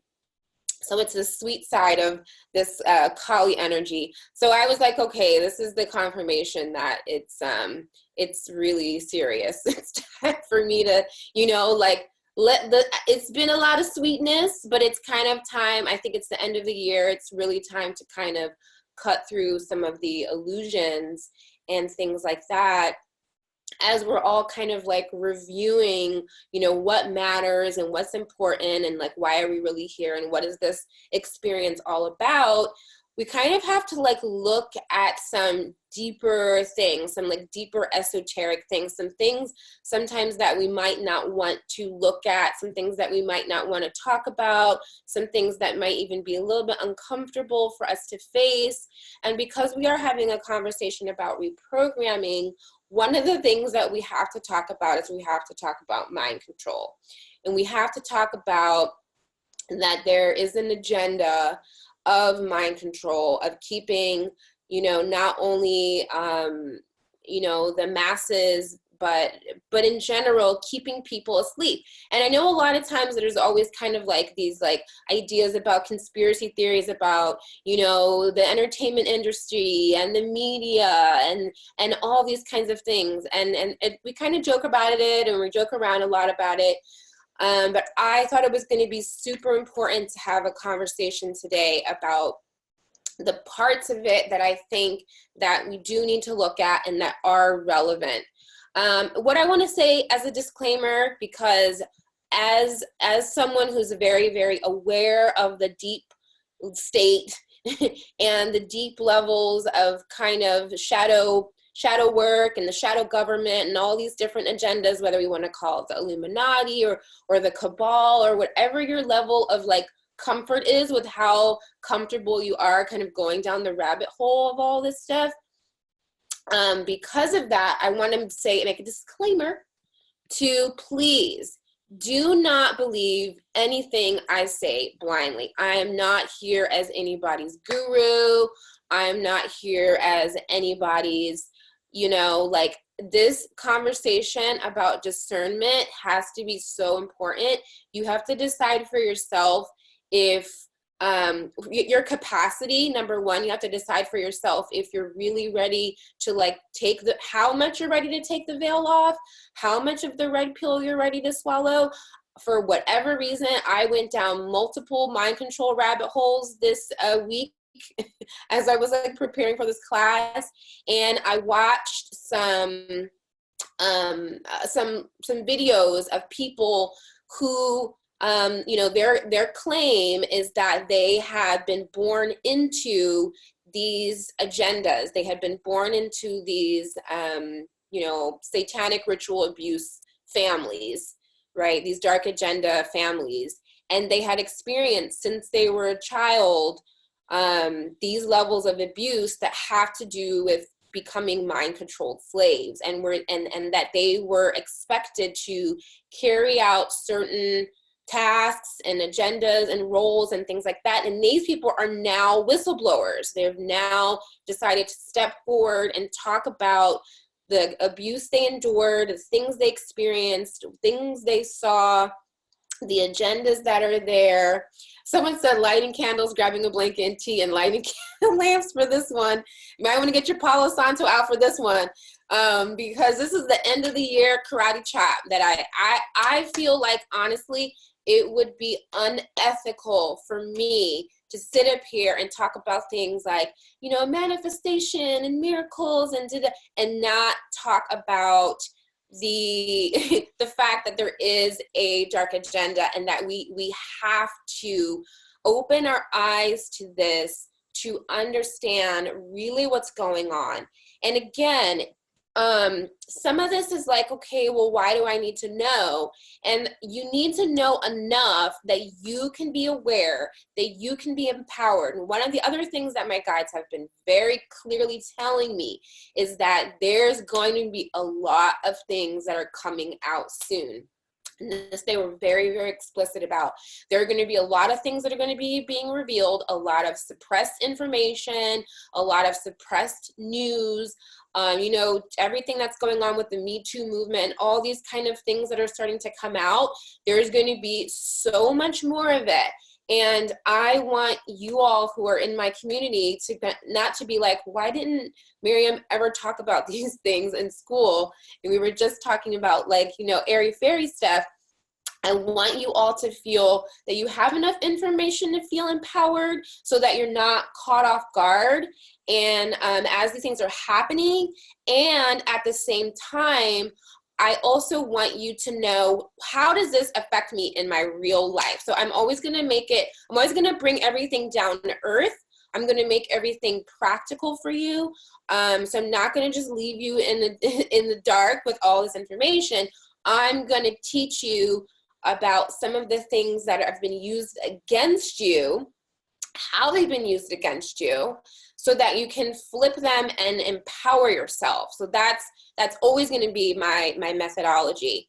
Now, and that was one of the things that was interesting about this woman who talked about her experience with being mind controlled since she was a child, and how when you are someone who has experienced certain levels of trauma since when you're a child, you are more susceptible to being mind controlled. There's a particular relationship with trauma and mind control. So there is just something that you can kind of like understand about just the nature of, if you're someone, I mean, we've all experienced trauma in a way, but if you're someone who has experienced some deeper kind of levels of trauma, just know that you are set up in a way where you are more susceptible to being controlled by external authority. And I'll talk about why and how that all plays into this. So again, the disclaimer is, don't believe anything I say blindly. I do not want to be another, player in your mind control. I'm not here to mind control you. I am just here to give you breadcrumbs to do your own research and to use your own discernment. And also the disclaimer that I want to say is, be okay with a little bit of uncertainty. Be okay with sort of like not knowing. And what that means is that just be willing to suspend your judgment and just say, maybe this is possible. Maybe you start hearing things, and sometimes what happens with information when you're like, this is too much for me to deal with, your mind will start playing this game and will say, this is not for you, you don't need to know this is too out there, and you will immediately reject the information. And we talked a lot about, how the mind works, how the mind creates a cognitive dissonance and all that kind of stuff in last class. So just know that your mind may start to hear some things, and you may start to kind of be like, I don't know about this, I got to get out of here. And we just did all of this work to kind of ground ourselves in our body.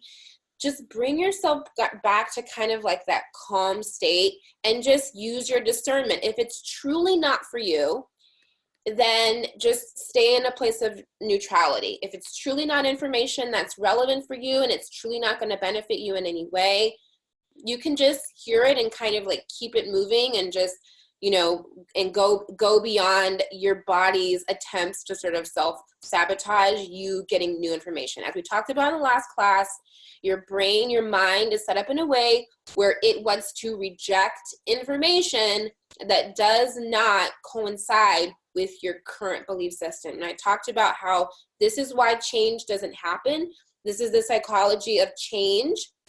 which I've studied a lot about the psychology of change. Why do some people change, other people don't change, and what exactly does change mean on the level of the brain and on the level of their brain's neurology, and why some people don't make changes, or why certain people are not, even when you know something's not working, why do you not change? And I broke that down in the level of the brain, that the part of your brain that is associated with making decisions starts to interrupt, right? The part of your brain that is connected to wanting to make these new neural pathways happen. So what it does is creates cognitive dissonance. So it puts you in a state of confusion where you just go back to doing things the old way. So one of the ways that it does that is it doesn't allow you to take in new information. So as I said in last class, as you're going through making changes and opening up your paradigm, opening up your worldview to new possibilities, new information, expect that you're going to experience cognitive dissonance. Expect that your brain's going to send you messages that says this is not for you, this information is not for you, or it's not relevant. And notice how you can use your body's physiology just to sort of shift the chemistry of what your brain's doing, and just be open-minded. So that's kind of my disclaimer to start with. Okay, so I love that my very first line on here is satanic ritual abuse. So I'm not going to start with that. We'll start with something a little bit softer. So in thinking about this idea that, and we're going to keep it light because this is the nature of this class, as we sort of keep things light and playful, right? Nothing too sort of heavy and intense that we're going to feel overwhelmed. In thinking about the fact that we know on whatever level we are comfortable or in agreement with, we know that there's sort of an agenda running, whether again we want to call it the Illuminati or the cabal or the deep state or sort of the shadow government. We know that there are these techniques for programming and sort of keeping us in this enslavement mentality, right? And I'm going to talk a little bit about some of how these programs were developed. There's going to be a little bit of history talking about that. But just in knowing that, what are some of the ways that you are aware in your life that this agenda has impacted you? What are some of the ways that you're aware of that, you know, I talk a lot about the, you know, the things like, you know, the you complete me culture, or toxic romance culture, or some of the things that are perpetuated in entertainment and in the media and in the things we read. What are some of the things that you know of firsthand where you realize, you know, okay, comparing yourself on social media, absolutely. The news and the media feeding us fear. Structured work weeks and this idea of 40 hours of work. I talk a lot about the hard work program, right? Acting regardless of our personal moral. The beauty industry, what a huge one, right? Consumption, hyper-consumerism.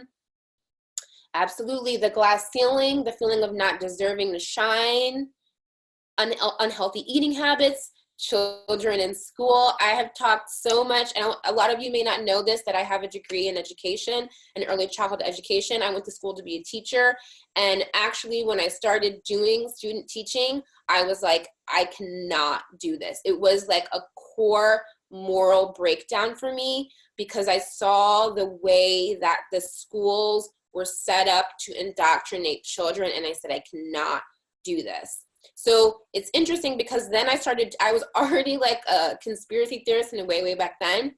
I started researching about the nature of the Department of Education, and the Department of Education was actually set up by, in a way, by the families that are the 13 families that are the organizers of all of this agenda. So the actual Department of Education, who determines what we learn in school, how we're taught in school, created a system, literally, I forget the exact quote from Rockefeller, but to create a system of workers, not thinkers. So schools were set up in a way that children would become subservient members of society, rather than thinking for themselves and having autonomy. So we don't actually go to school. We go to school to be indoctrinated. So that's just, that for me is fact, right?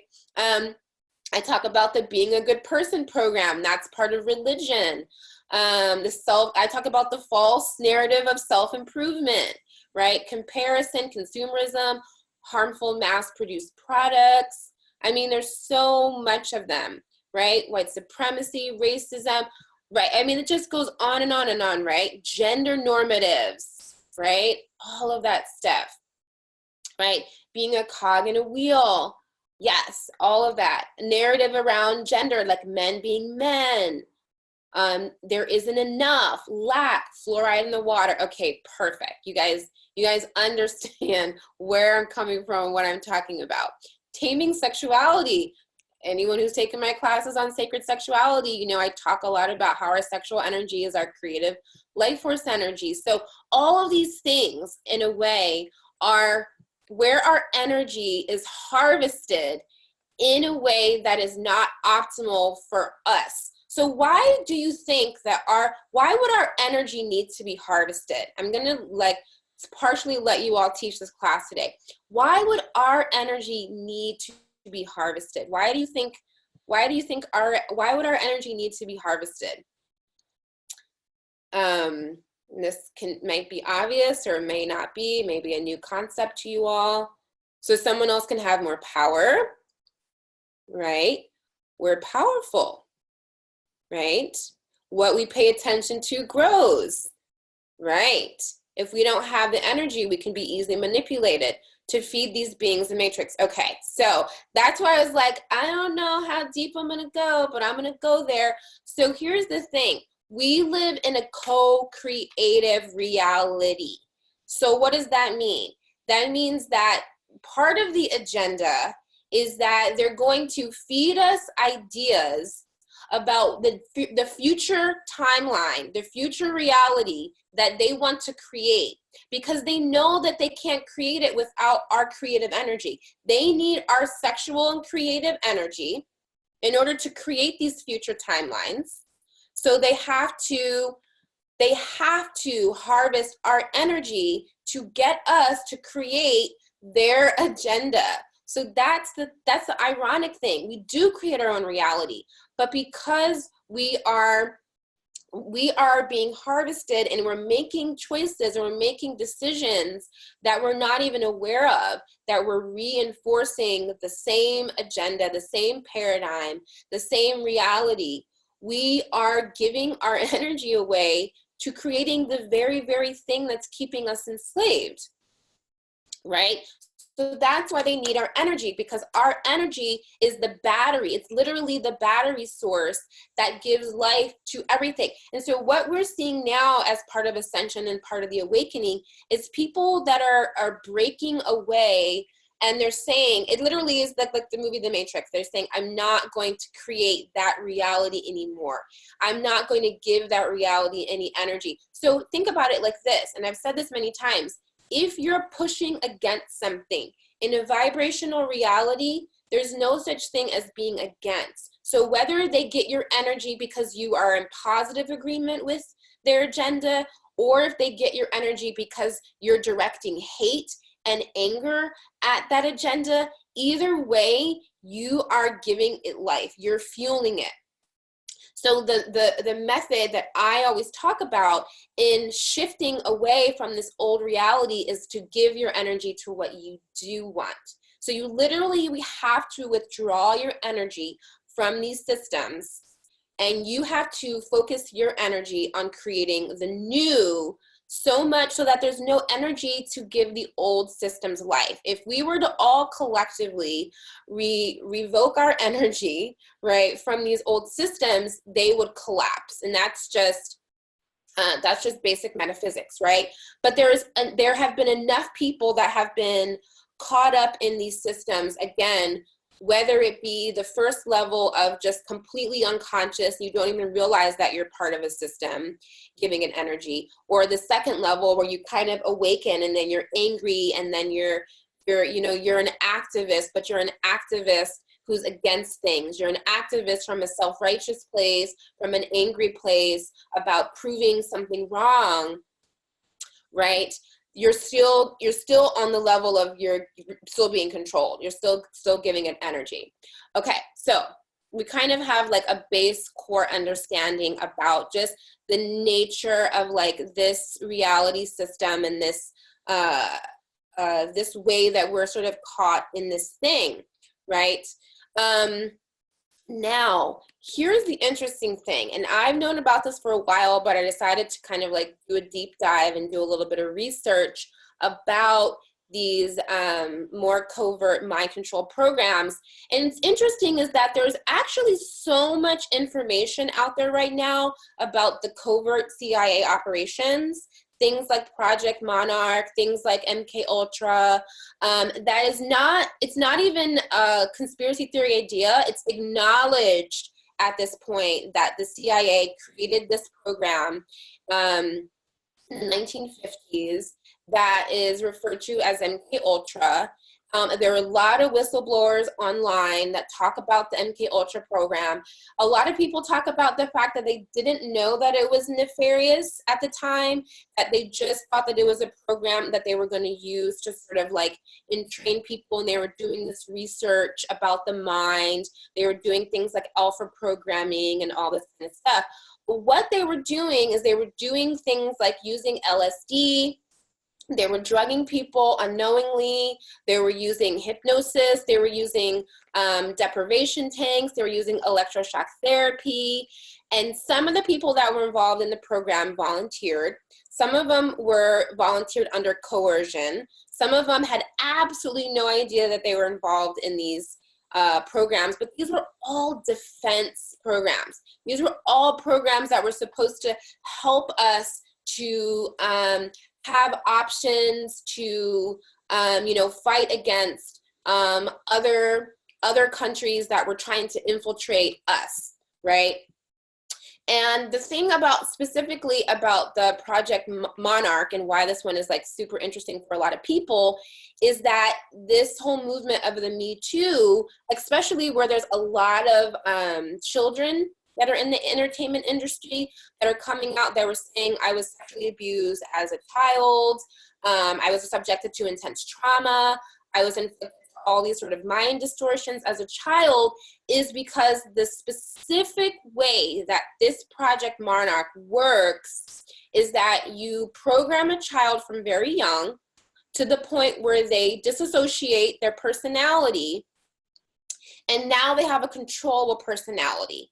And then there are these certain triggers that are placed, let's say in popular media, certain symbols and certain things like that, that, help these mind-controlled slaves to act out in the way they've been programmed. Now, we've seen a lot of celebrities start to talk about this. I remember Prince had the word slave like written on his cheek, and we've seen all of those, we've seen the people that have kind of been under this program, people like Britney Spears, and kind of like have a breakdown of where the program starts to glitch out, right? Of their disassociation starts to glitch out. And if you think about the people that have been in the industry since they were children, that were absolutely moved into this place where now they're highly, highly visible, you can understand that this isn't even a far-fetched conspiracy theory thing anymore. This is just kind of the way that the industry works. And this is the kind of stuff, again, that I'm saying is going to start to come out. So yes, there are images. You can watch certain music videos. You can see the symbolism. You can see the monarch symbolism. You can see a lot of the satanic symbolism. So there's a new show on, I think it's Netflix, Sabrina, the remake of Sabrina, where they're normalizing things like Baphomet, like all of these, well-known, esoteric, satanically associated energies and beings. They're starting to just bring it out in the open and normalize it, because that's their last kind of hope. Their last hope is that they can use the media and the entertainment industry as their way to trigger right? All of this kind of stuff sort of being normal, because there, aside from the fact that there is an agenda, there are also beings, they're energy, whether you want to call them energy beings, entities, or whatever, that feed off of our negative energy. Now that's just something, again, that maybe something that's super edgy for you, that you're not aware of. Maybe you are aware of it on some level, but there are these, like, I guess we'll call them lower astral parasites, right? The sort of ascension terminology for the energy they feed off of is called loosh. But it is sort of understood in the ascension world that there are these beings, these energy entity beings, astral beings, that feed off of fear. They feed off negative, our negative energy. They feed off conflict, and they also feed off of worship energy. So this is another thing that's super, super interesting. You all hear me talk a lot about worship culture. Whether that worship energy is like you are worshiping the guru, that's one form of it. And that's why, sort of like the spiritual cults and occultism and all this kind of stuff was really popular kind of around the same time that the CIA was creating all of these programs. But it's also in the entertainment industry. So if you're worshiping a celebrity and you're giving that energy, that whenever you're in that, think about when you're in that state of like you're worshiping someone. Someone said, I'm just stunned. I'm sorry, is it too much? Should I slow down? You all want me to stop? You want me to go back to the fairy stuff? So there is absolutely these energy beings that sort of feed off of this negative energy. So again, I'm just sort of laying the groundwork to help you understand the way that these agendas are multi-layered. They're multi-layered, they're multi-dimensional. So there is the dimension on the very dimensional level where, the 13 families kind of want to keep their agenda. They want to keep a control. They want to be the powers that be. But the multi-dimensional level of it is that there are also these energy beings that feed off of our negative energy, and they feed off of our disassociation. When we disassociate, what happens is that we leave the body, and that then they can inhabit the body. And so another thing that I jokingly talk about, but is very, very real, and you've probably experienced it, is that there's a lot of people that have these kind of partial possessions. Jamie also talked about it in her class. She said it's just something that we have to address in our conversation around ascension and healing, which is that, yes, if you're not in your body, there is a potential that another being that is feeding off of your energy and your disassociation is inhabiting your body. So these are there are many, many more layers of the multidimensionality of this whole agenda of how this all works, right? And I've had experience with all of it. I have had so much experience with all of it. I've had experience with possession, partial possession. I've had experience with encountering false light beings, energy beings, all of it. So for me, I don't want to say it's not scary, but I have learned that the ultimate, way to shift the dynamic is to be in my power. Because really, when we're in our power, all this stuff I'm talking about, it doesn't have any control over us. The only way that it can continue to maintain this level of enslavement or control is when we are giving our power away.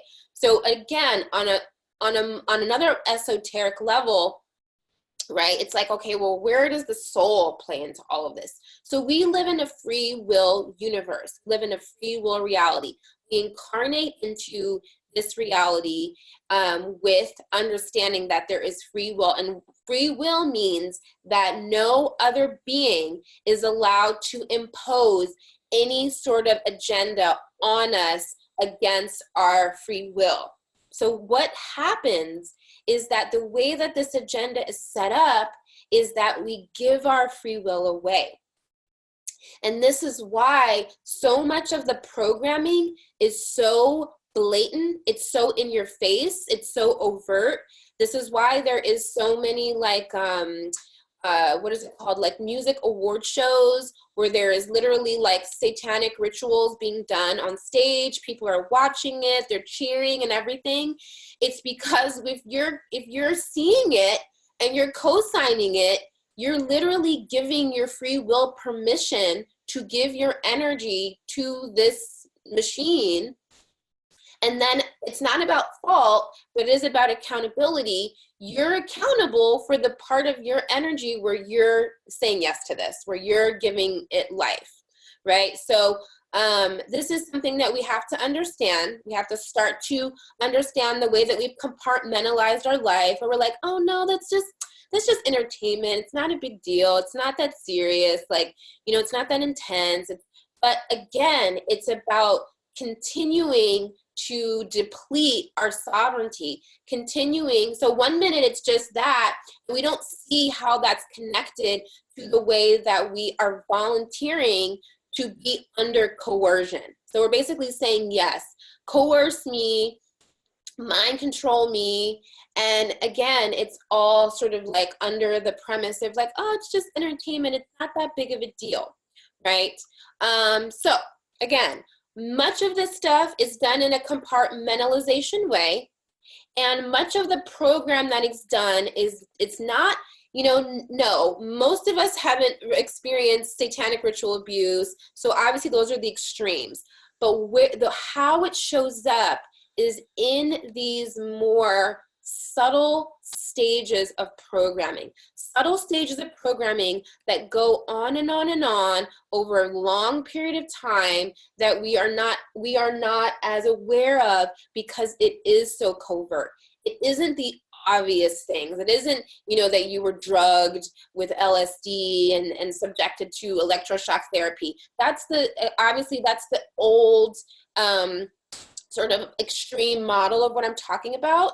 What I'm talking about right now is, again, it's these very, very intrinsic values that are really covert, and they're over time, and they're done in stages of programming that serve different purposes. Okay, so I hope all that makes sense. So that's the thing we have to understand. What we're learning right now, again, is understanding how we've given our power away, how we've given permission for ourselves to be used in this way, and to remember, what did I ultimately incarnate here?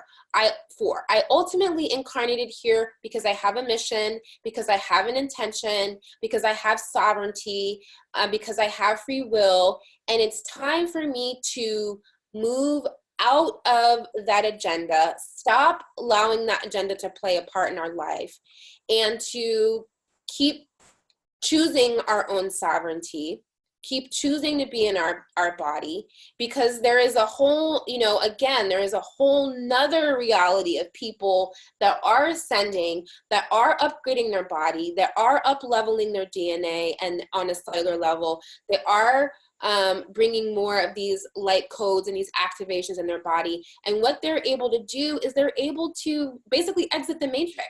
They're able to say, great, that game was part of Earth's agenda. I learned a lot from it.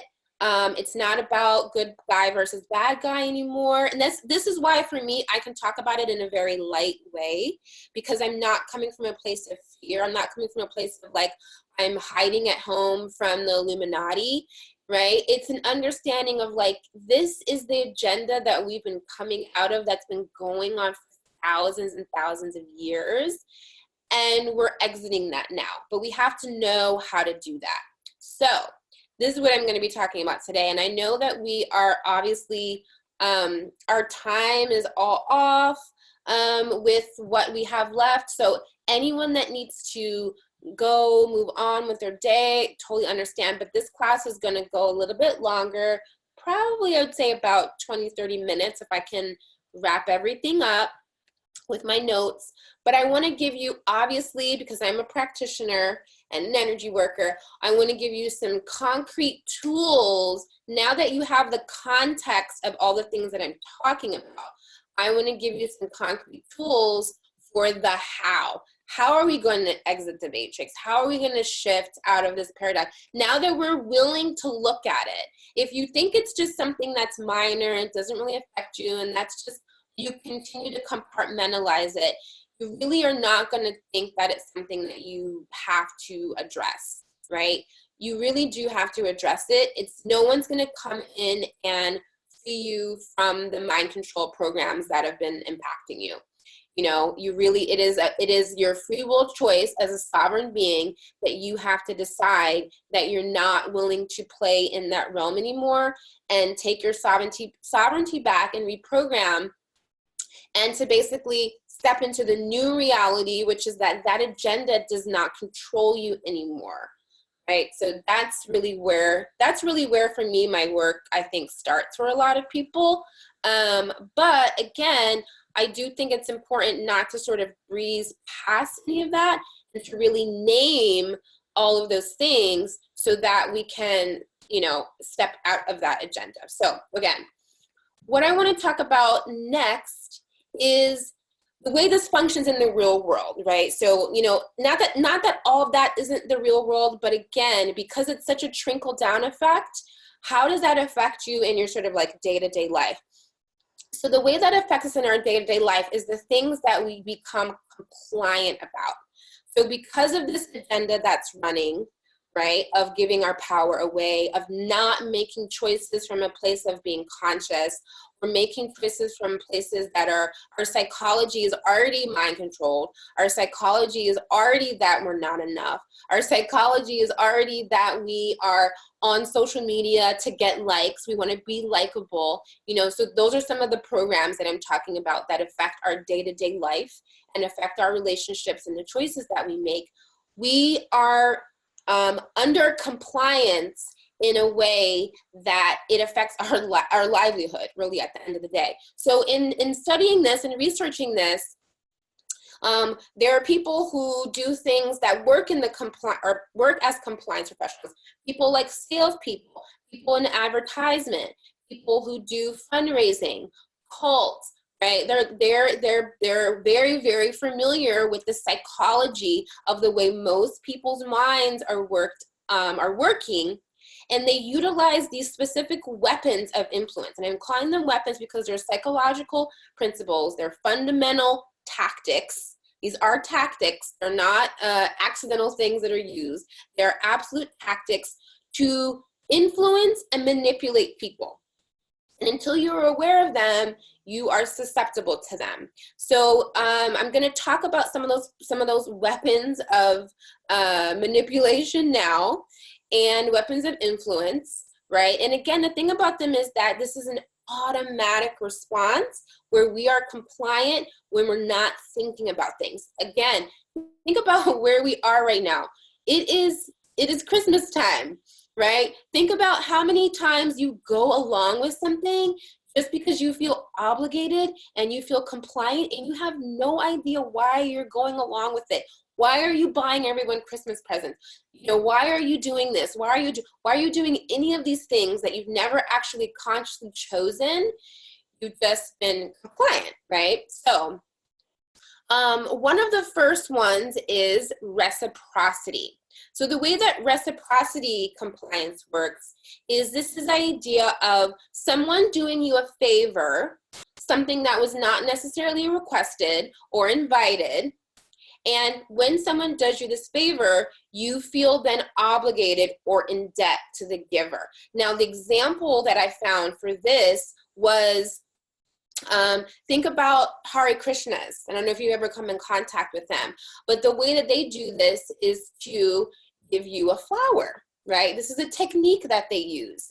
They give you a flower. And so what does that do? That automatically makes you compliant with giving them money, right? It's the same, and that's just an example. But how many times do we have this experience where someone sort of does something for us that we did not request, And then in turn, we feel obligated or we feel in debt to do something back.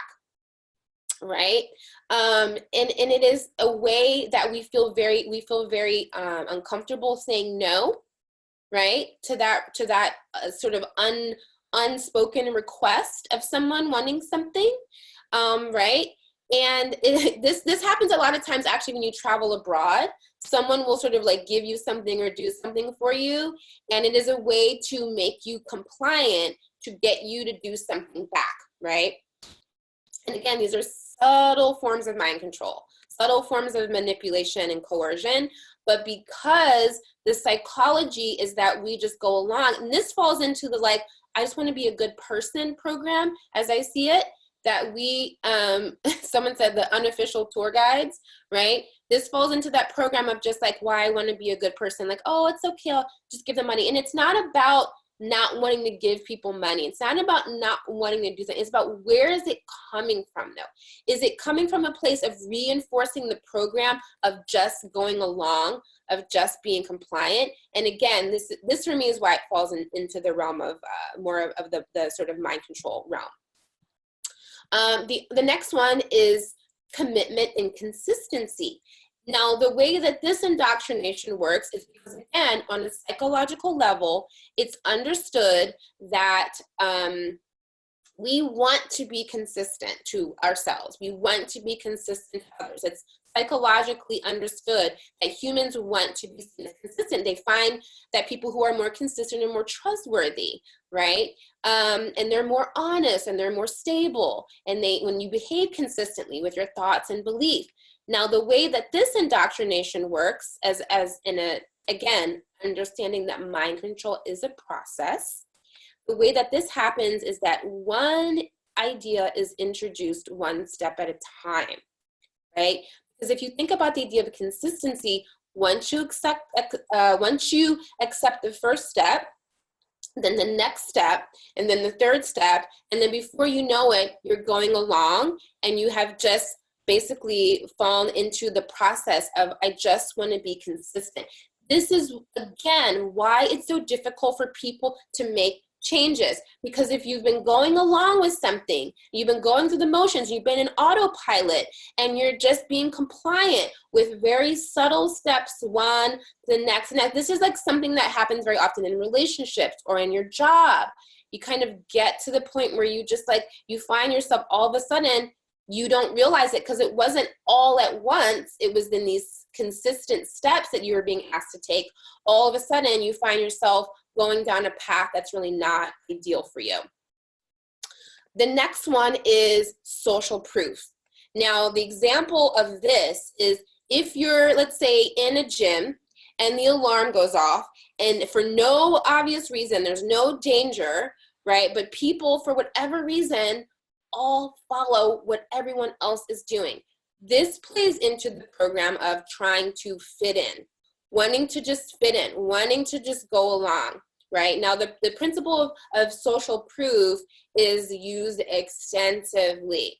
It is absolutely, you've probably seen people use this, the example of if you're somewhere in a big city and let's say you're seeing someone attack someone else, you're seeing something violent happen, no one else is doing anything, you just kind of go along. Or the opposite is if people, the riot mentality, if people start doing something violent and you just start going along, right? So again, these are all examples of how we think we're not mind controlled, but we all do all these things that show that we are, in a way, we're not operating from our conscious mind, we're operating from our subconscious mind. The next one is liking. And psychologists have found that we all want to be liked. But the interesting thing is that the skill of psychopaths, they are very good at creating these masks and these personas that they present to people. And one of the first things they do is they create a relationship with the person where you get them to like them. This is one of the reasons why they have found that it's very, very difficult for people to leave cults. Because if you have developed this relationship with the cult leader where you really like them, it's hard for you to, it's easier for you to compartmentalize their behavior, even if you know, you're in a situation where you're hearing certain things about people. They're saying like, I don't know, I think he's doing some sketchy stuff with that person or the other person, and your mind kind of knows that something right isn't going on.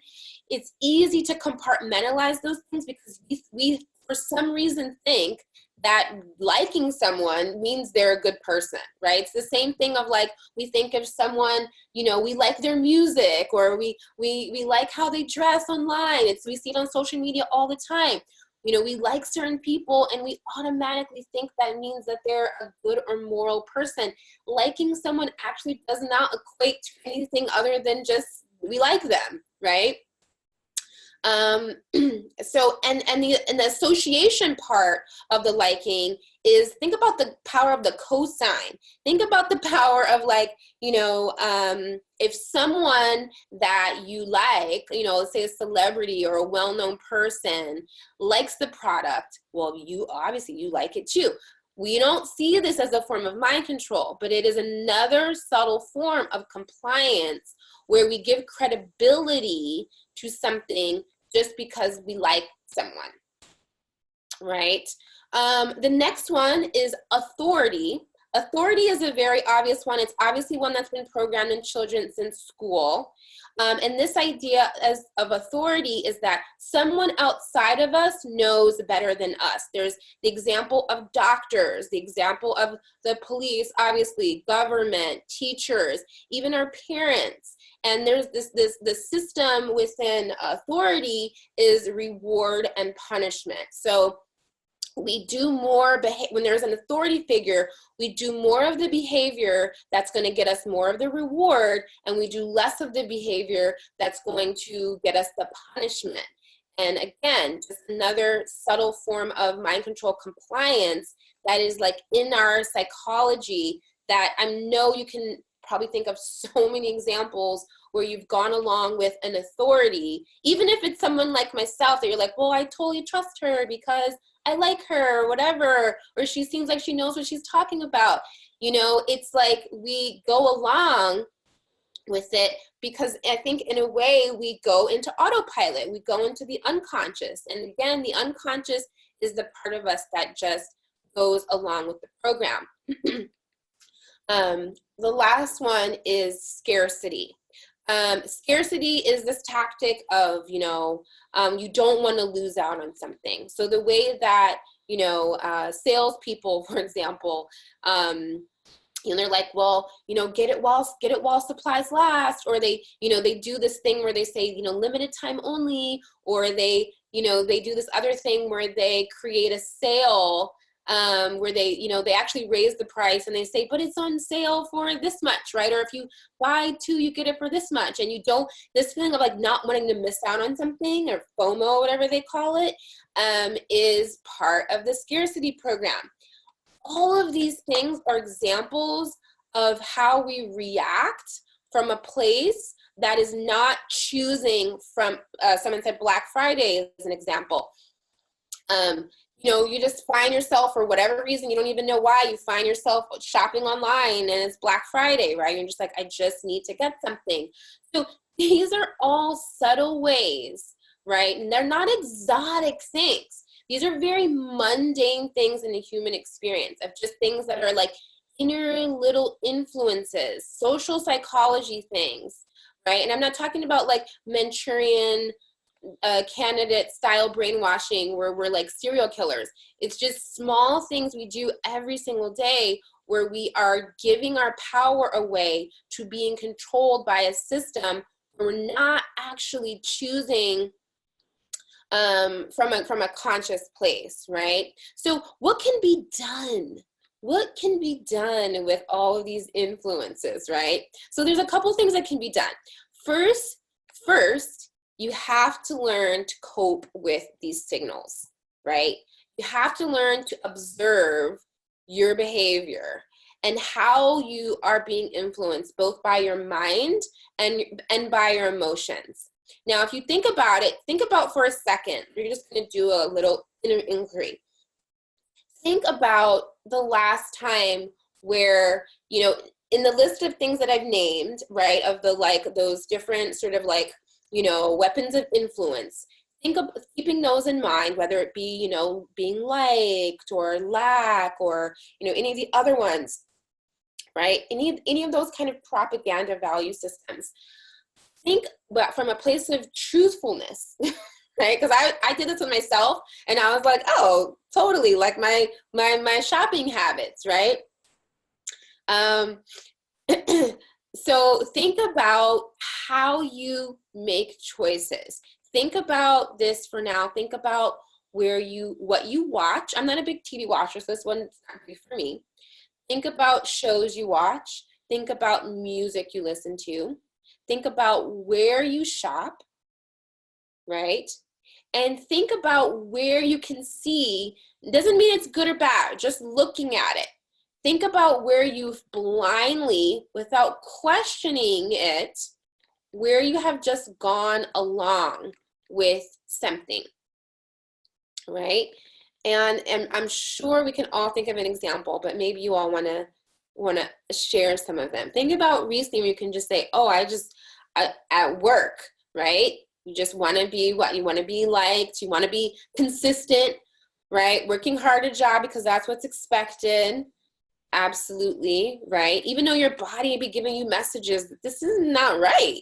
Something is off here. In friendships, absolutely. What other choices have you made that you know you have kind of just been compliant with the programming, right? Someone said in therapy, to be honest, definitely music. I find myself a place where I'm a little bit compliant is if I get into an Uber or Lyft and they have music on that I don't want to listen to and they say, is this okay? And I say yes, right? I say, yeah, it's okay. And then immediately after I regret it because I'm like, I don't want to listen to this. Very often the music is super out of tune with the frequency that I'm on. And I'm compliant and I don't say anything. Someone said sometimes workout classes, okay, and some of the books I read, right? Someone said TV was blaring and I wanted it to be turned off, right? How I use my body in places and public transit, right? So at the doctor's office, what a huge one. What a one where we just give our power away. We're just like, oh yeah, you're the doctor. You went to school for, 6 years or whatever. You must know that better than me. I can't possibly know what's going on in my body better than you because you're the one with the degree, right? So this place, that one is authority, right? Saying yes to favor requests, right? When someone asks you something and they've done a favor for you, you feel that obligation energy. That's one of the big programs, right? Family members, right? What about if someone has been there for you at some point and then they ask you to be there for them and you're not really feeling it? You go along, right? Someone said having sex when not into it. That's a huge one, right? Responding to texts when you don't want to. What about interacting with people on social media that you don't really want to, right? But you kind of feel that influence to just go along. Social norms, right? Okay, all of these, right? So part of the work is finding the program, which we talked about a lot last time. Part of the work is finding the program and the messages that we are given, right? And then realizing that we need to substitute with another program, right? So understanding the false program and understanding the emotional components, right, of that program. And think about it. Think about this as an interesting thing. Think about how much energy it takes to run these false programs. That's the thing that's interesting. Think about how much energy it takes to run these programs that are actually keeping us compliant because your own soul is telling you not to go along. So you have to suppress what you're feeling in your soul, in your body, in what you know, in order to run the other program It takes so much energy to keep something false alive. It is actually, at the end of the day, it frees up so much energy when you are not working from a place of obligation, right? It frees up so much emotional energy when you don't have to suppress what's authentic to your own nature, right? And you're not going along with all this emotional manipulation, right? So that's the thing. So I have worked a lot with commands, and I think that that's one of the most important things that I have worked with. And we talked about this, I don't remember which class it was in, but we talked about this. I talked about that there's affirmations, there's declarations, and then there's commands. So the difference between them is that the command is, there's going to be more power and more force. So for example, a command would be, today I release all inappropriate things that keep me from being healthy and that don't work, right? So do you feel the difference between like an affirmation like, I am abundant, I am happy, I am enough, right? Do you feel the difference in the sort of like intonation of an affirmation and a command, right? So a command is not a wish.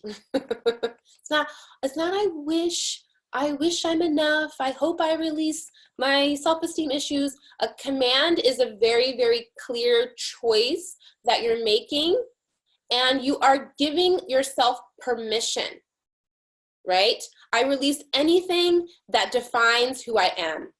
I release anything I have been told about myself that is not truth, right? And so the command for me is a way to break these states. It's a pattern interrupter. And I talked about last class that any of these patterns that we've had, any of these programs that we've been running, the reason that we've been running them, one is because they're unconscious, but also there is a part of us that is benefiting from it. There's some unconscious benefit to it. There's some hidden positive. And I think the example that I gave last time is running the program of I'm a victim. There is a part of you that benefits from still running that program. If it did not benefit, you would not continue to run the program, right? And I think I talked about the example that I gave is that the part of you that might benefit from running the program I'm a victim is that when you get to talk about all the things that happened to you, all of the things that you feel like you were victimized by, you get pity. And pity might be the only form of love, of appreciation, of unconditional sort of like care and compassion that you feel you deserve at this time. So in order to shift out of that, you need a reframe. So this is the thing about breaking programs. You have to interrupt the pattern, right? So you have to ask yourself, what is the program that's running? What am I benefiting? And again, we did this last class, but it's just a reminder, how is this benefiting me? Or first the question is this still benefiting me? You want to ask that. Right? If it's still benefiting you, and when you ask that question and you get an honest answer, you have to be okay with the answer that you got. That means there is still some part of you that is learning from that pattern, from that program. If the answer is no, and you say, I'm not still benefiting from this program, then you need a reframe, right? And you reframe your beliefs because, again, you understand that there has been some positive intention, there's been some gain that's unconscious, and you have to ask the part of you that has been responsible for this behavior if it's willing to change, right? So for example, what is it that's the benefit of this said behavior, right? The answer may be, I don't want to feel fear. That may be the answer that you get from within. This program is still benefiting me. How is playing small still benefiting me? It's benefiting me because I don't want to feel fear, right? So that part of you needs to be honored, and it needs to be reframed. And it's almost as if like you're co-parenting your inner child, and you can say, I want you to feel safe, right? I want you to feel safe. And you can do change, you can do reframe, you can break down these programs in incremental steps. You don't have to, like do a whole big change everything kind of thing. That might shock your ego, right? It can be integrated in a way where you establish the new, but you also meet that need of like, I don't want to feel fear, right? So you got to get the cosign of the part of you that has been maintaining that pattern. So you can do this again in meditation, in sort of a mild trance kind of state, right? And it is all about creating more choices. When you notice that you're in a certain state, you're going into a program, you want to interrupt the pattern. For me, reframing is an important way. Another tool that I use is neuro-linguistic programming. I don't know how many of you are familiar with this modality. Neuro-linguistic programming is a huge part of my work. My energy self-mastery work that I taught for my private clients for years, where I train people to tune into their home frequency and to master their energy and to break these emotional states and break these patterns. NLP, neuro-linguistic programming. So it has to do with the brain's neurology, it has to do with linguistics, and it has to do with programming. So the way that it works is that you understand about neurology, but you also understand about linguistics. You understand about the things that you say, how you say them, the tone that you say them. For example, one of the principles in NLP is tonality. For example, when you make a statement and at the end of the statement, your tone goes up, that's a question. If you make a statement and the statement is consistent all the way through, that's just a neutral statement. If you make a statement and the tone goes down at the end, that's a command. Did you hear how my voice changed? So you actually can use your voice. You can change your voice in a way to shift out of the state that you're in. Now, the example that I want to give of this, just to show you how this is done, think about something that you know to be true. Think about, for example, something like, my eyes are brown, right? When I say that, listen, when you say that to yourself, say that to yourself now. Make a statement of something that you know to be true.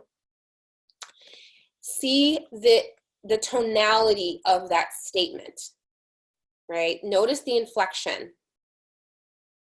Then make a statement of something that you do not believe. Notice the tonality. Notice the inflection. This is the difference between something that you believe and something that you don't believe.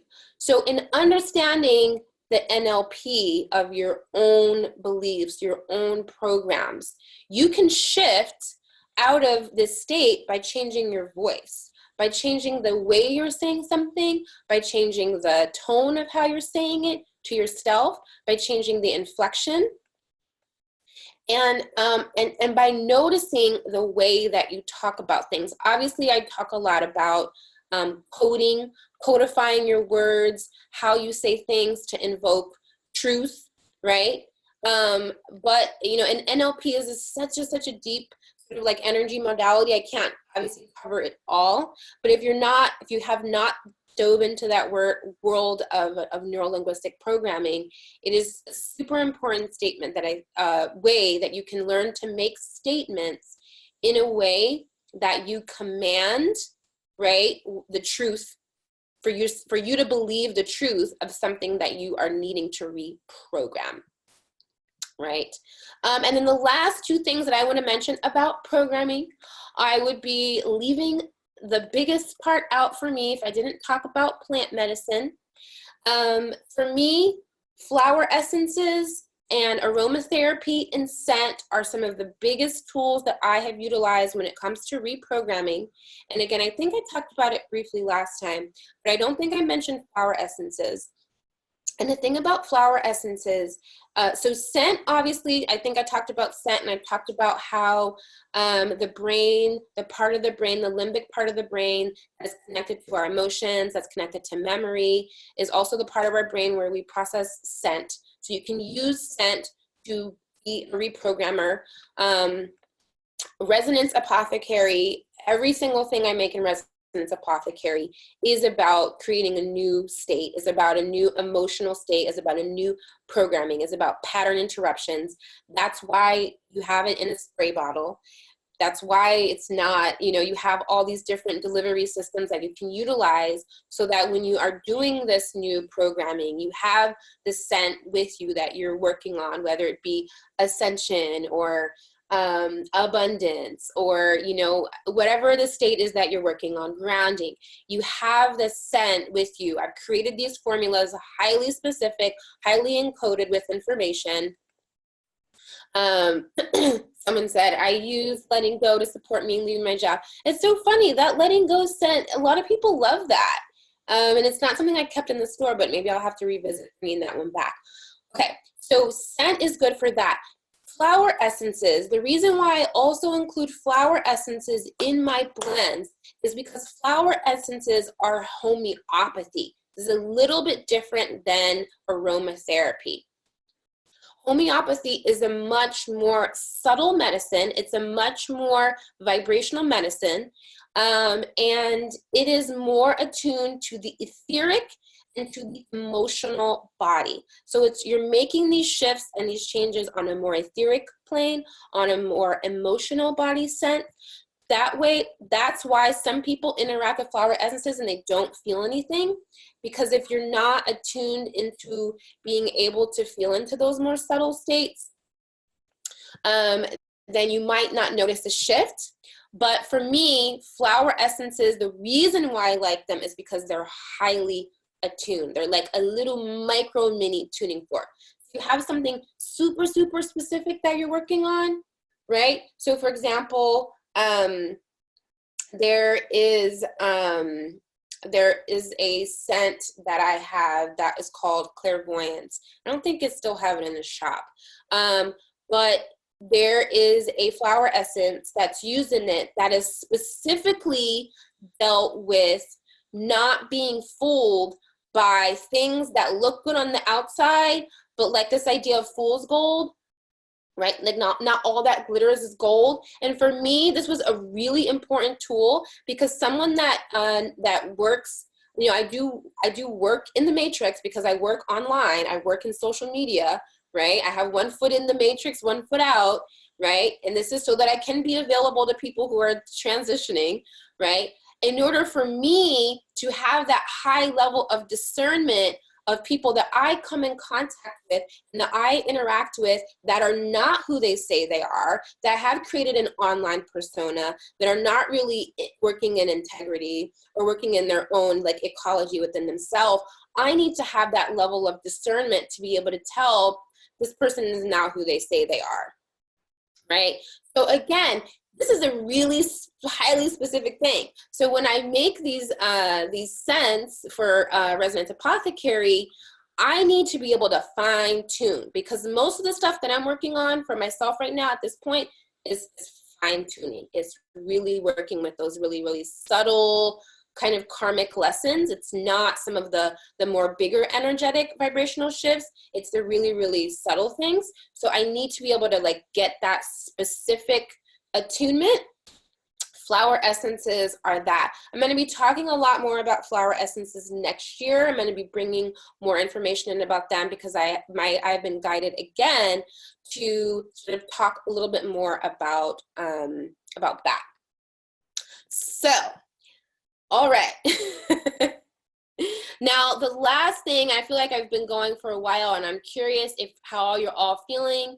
If you're all feeling you want to close out here, if you have time for one more thing, I want to read my Declaration of Sovereignty. This is a declaration that I wrote where I was invoking my sovereignty, and I was basically revoking any contracts with any false light beings, with any negative karmic cycle, with any false timelines. And I want to just give this as an example. I want this to be your homework for, you know, whatever you want to call your new cycle ending, whether it's, you know, New Year's Eve, or whether it's the winter solstice, or whatever it is. This was a big tool for me in reprogramming when I wrote this, because I basically said, I want to end my soul contract, my soul agreement with any of these false agendas, with any of this kind of false matrix programming. And I said, I'm going to write up a declaration that is going to be something that I work with. This is recorded on my SoundCloud, so if you want to hear it by itself, you can have it on your listen to it on my SoundCloud. But what I would like to say is that I think it's super important. Someone said I found it in one of your classes on YouTube. Yeah, it is also one of my classes on YouTube around empowerment. What I want to recommend everyone do is to write their own. I want you to write your own declaration of your own sovereignty, of invoking your own sovereignty as a sovereign being on this planet, on the Earth planet. Because your sovereignty is going to be a big part of how you unhook the tendrils of these control agendas and things like that, so that you can be someone who's sort of watching it, and you're seeing as these agendas are going to play out in a big way. I can tell you that right now. So that you're someone that's not kind of pulled into the drama of it, and you're seeing it for what it is, but you're unhooked because you don't have any current contracts or agreements to be a part of that. So I think that it's going to be most powerful when you use your own words and you write this for yourself and you use this as a declaration. I always like to do things in numbers of threes. You can do it for 33 days, and then you can do it for, you know, multiple cycles of 33 days if you want to. But that's up to you, whatever you feel intuitively called to do. Maybe you've never written anything like this, or you've never heard anything like this. I write these kinds of things all the time because I need to invoke my my power all the time. So that's what I'll say. And I just thought it would be a beautiful way to end the year, just stepping into the new year, declaring our sovereignty, declaring our free will, declaring why we're here, and declaring that we're no longer willing to participate or give our agreement to be a part of any of these other false agendas. So I'm gonna end with that. And yeah, I'll say more after that, but this is gonna be the declaration that I have. So, okay, so we'll begin. Bismillah. I call on my higher self to merge with me, guide me, and assist me in declaring, embodying, and enacting 100% sovereignty of my being in this and every now moment, in alignment with my I am presence and in accordance with my chosen purpose, goals, and intentions for this lifetime. I call upon the higher realms to witness this declaration, to assist in upholding the integrity of its intention, and to co-create with me in manifesting my highest potential personally in unity with the One and in service of the earth as we graduate to this next level of our evolution. In declaring my full sovereignty and with the guidance of my higher self and my beloved I am presence, I assert autonomy over my energetic vibration and all emanations across all space, time, and dimensions. I disallow any interference that may distort or delay the fulfillment of my purpose in this lifetime. I return all energy that does not belong to me, and I call energy back that has been given, lost, stolen, or that has been siphoned from me. I break all contracts, vows, and agreements with the reincarnation grid, and I send my eternal love to all those still in the reincarnation grid. I am a being of now. I am a being of photonic light manifested in this physical earth realm. I disconnect myself from any false dreamtime realities that are based in betrayal. I do not accept the projections of energies onto me from any being who is not in alignment with my highest good. I choose to heal all fear, trauma, and limitations standing in the way of me fulfilling my highest potential and purpose in this lifetime.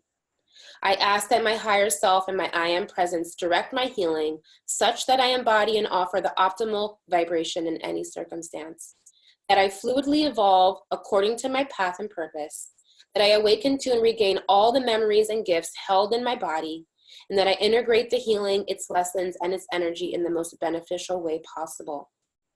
In my full sovereignty, I also request and accept additional energetic assistance from my guides, my soul, star, human, and ancestral family, the higher spiritual, angelic, cosmic, and galactic realms, and any other sources provided that is in vibrational accordance with this declaration and is the highest good of earth, and in accordance with my purpose, goals, free will, and intentions for this lifetime.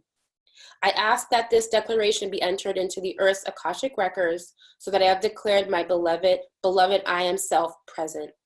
I offer healing, compassion, and forgiveness wherever it is needed and wanted to free all aspects of consciousness, including my own, to allow all to return to its natural order in wholeness and unity. And so it is.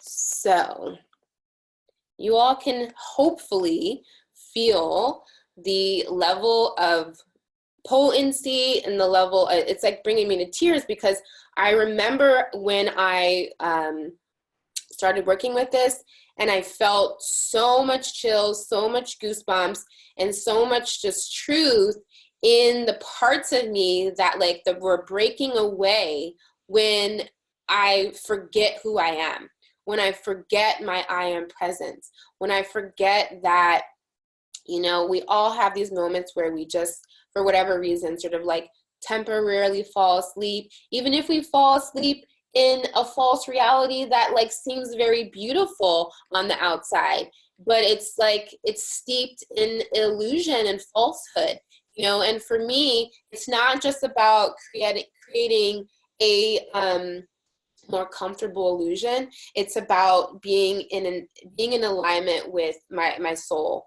in every moment. So I feel that it's so important to declare our sovereignty, because it is very easy to get caught up in the amnesia, to get caught up in the spell, and to get, especially when you're on these higher levels of ascending, to get distracted by, you know, a beautiful illusion, and to forget, you know, to declare your free will and to declare your sovereignty in all of this, you know. So again, I invite you all to write your own declarations.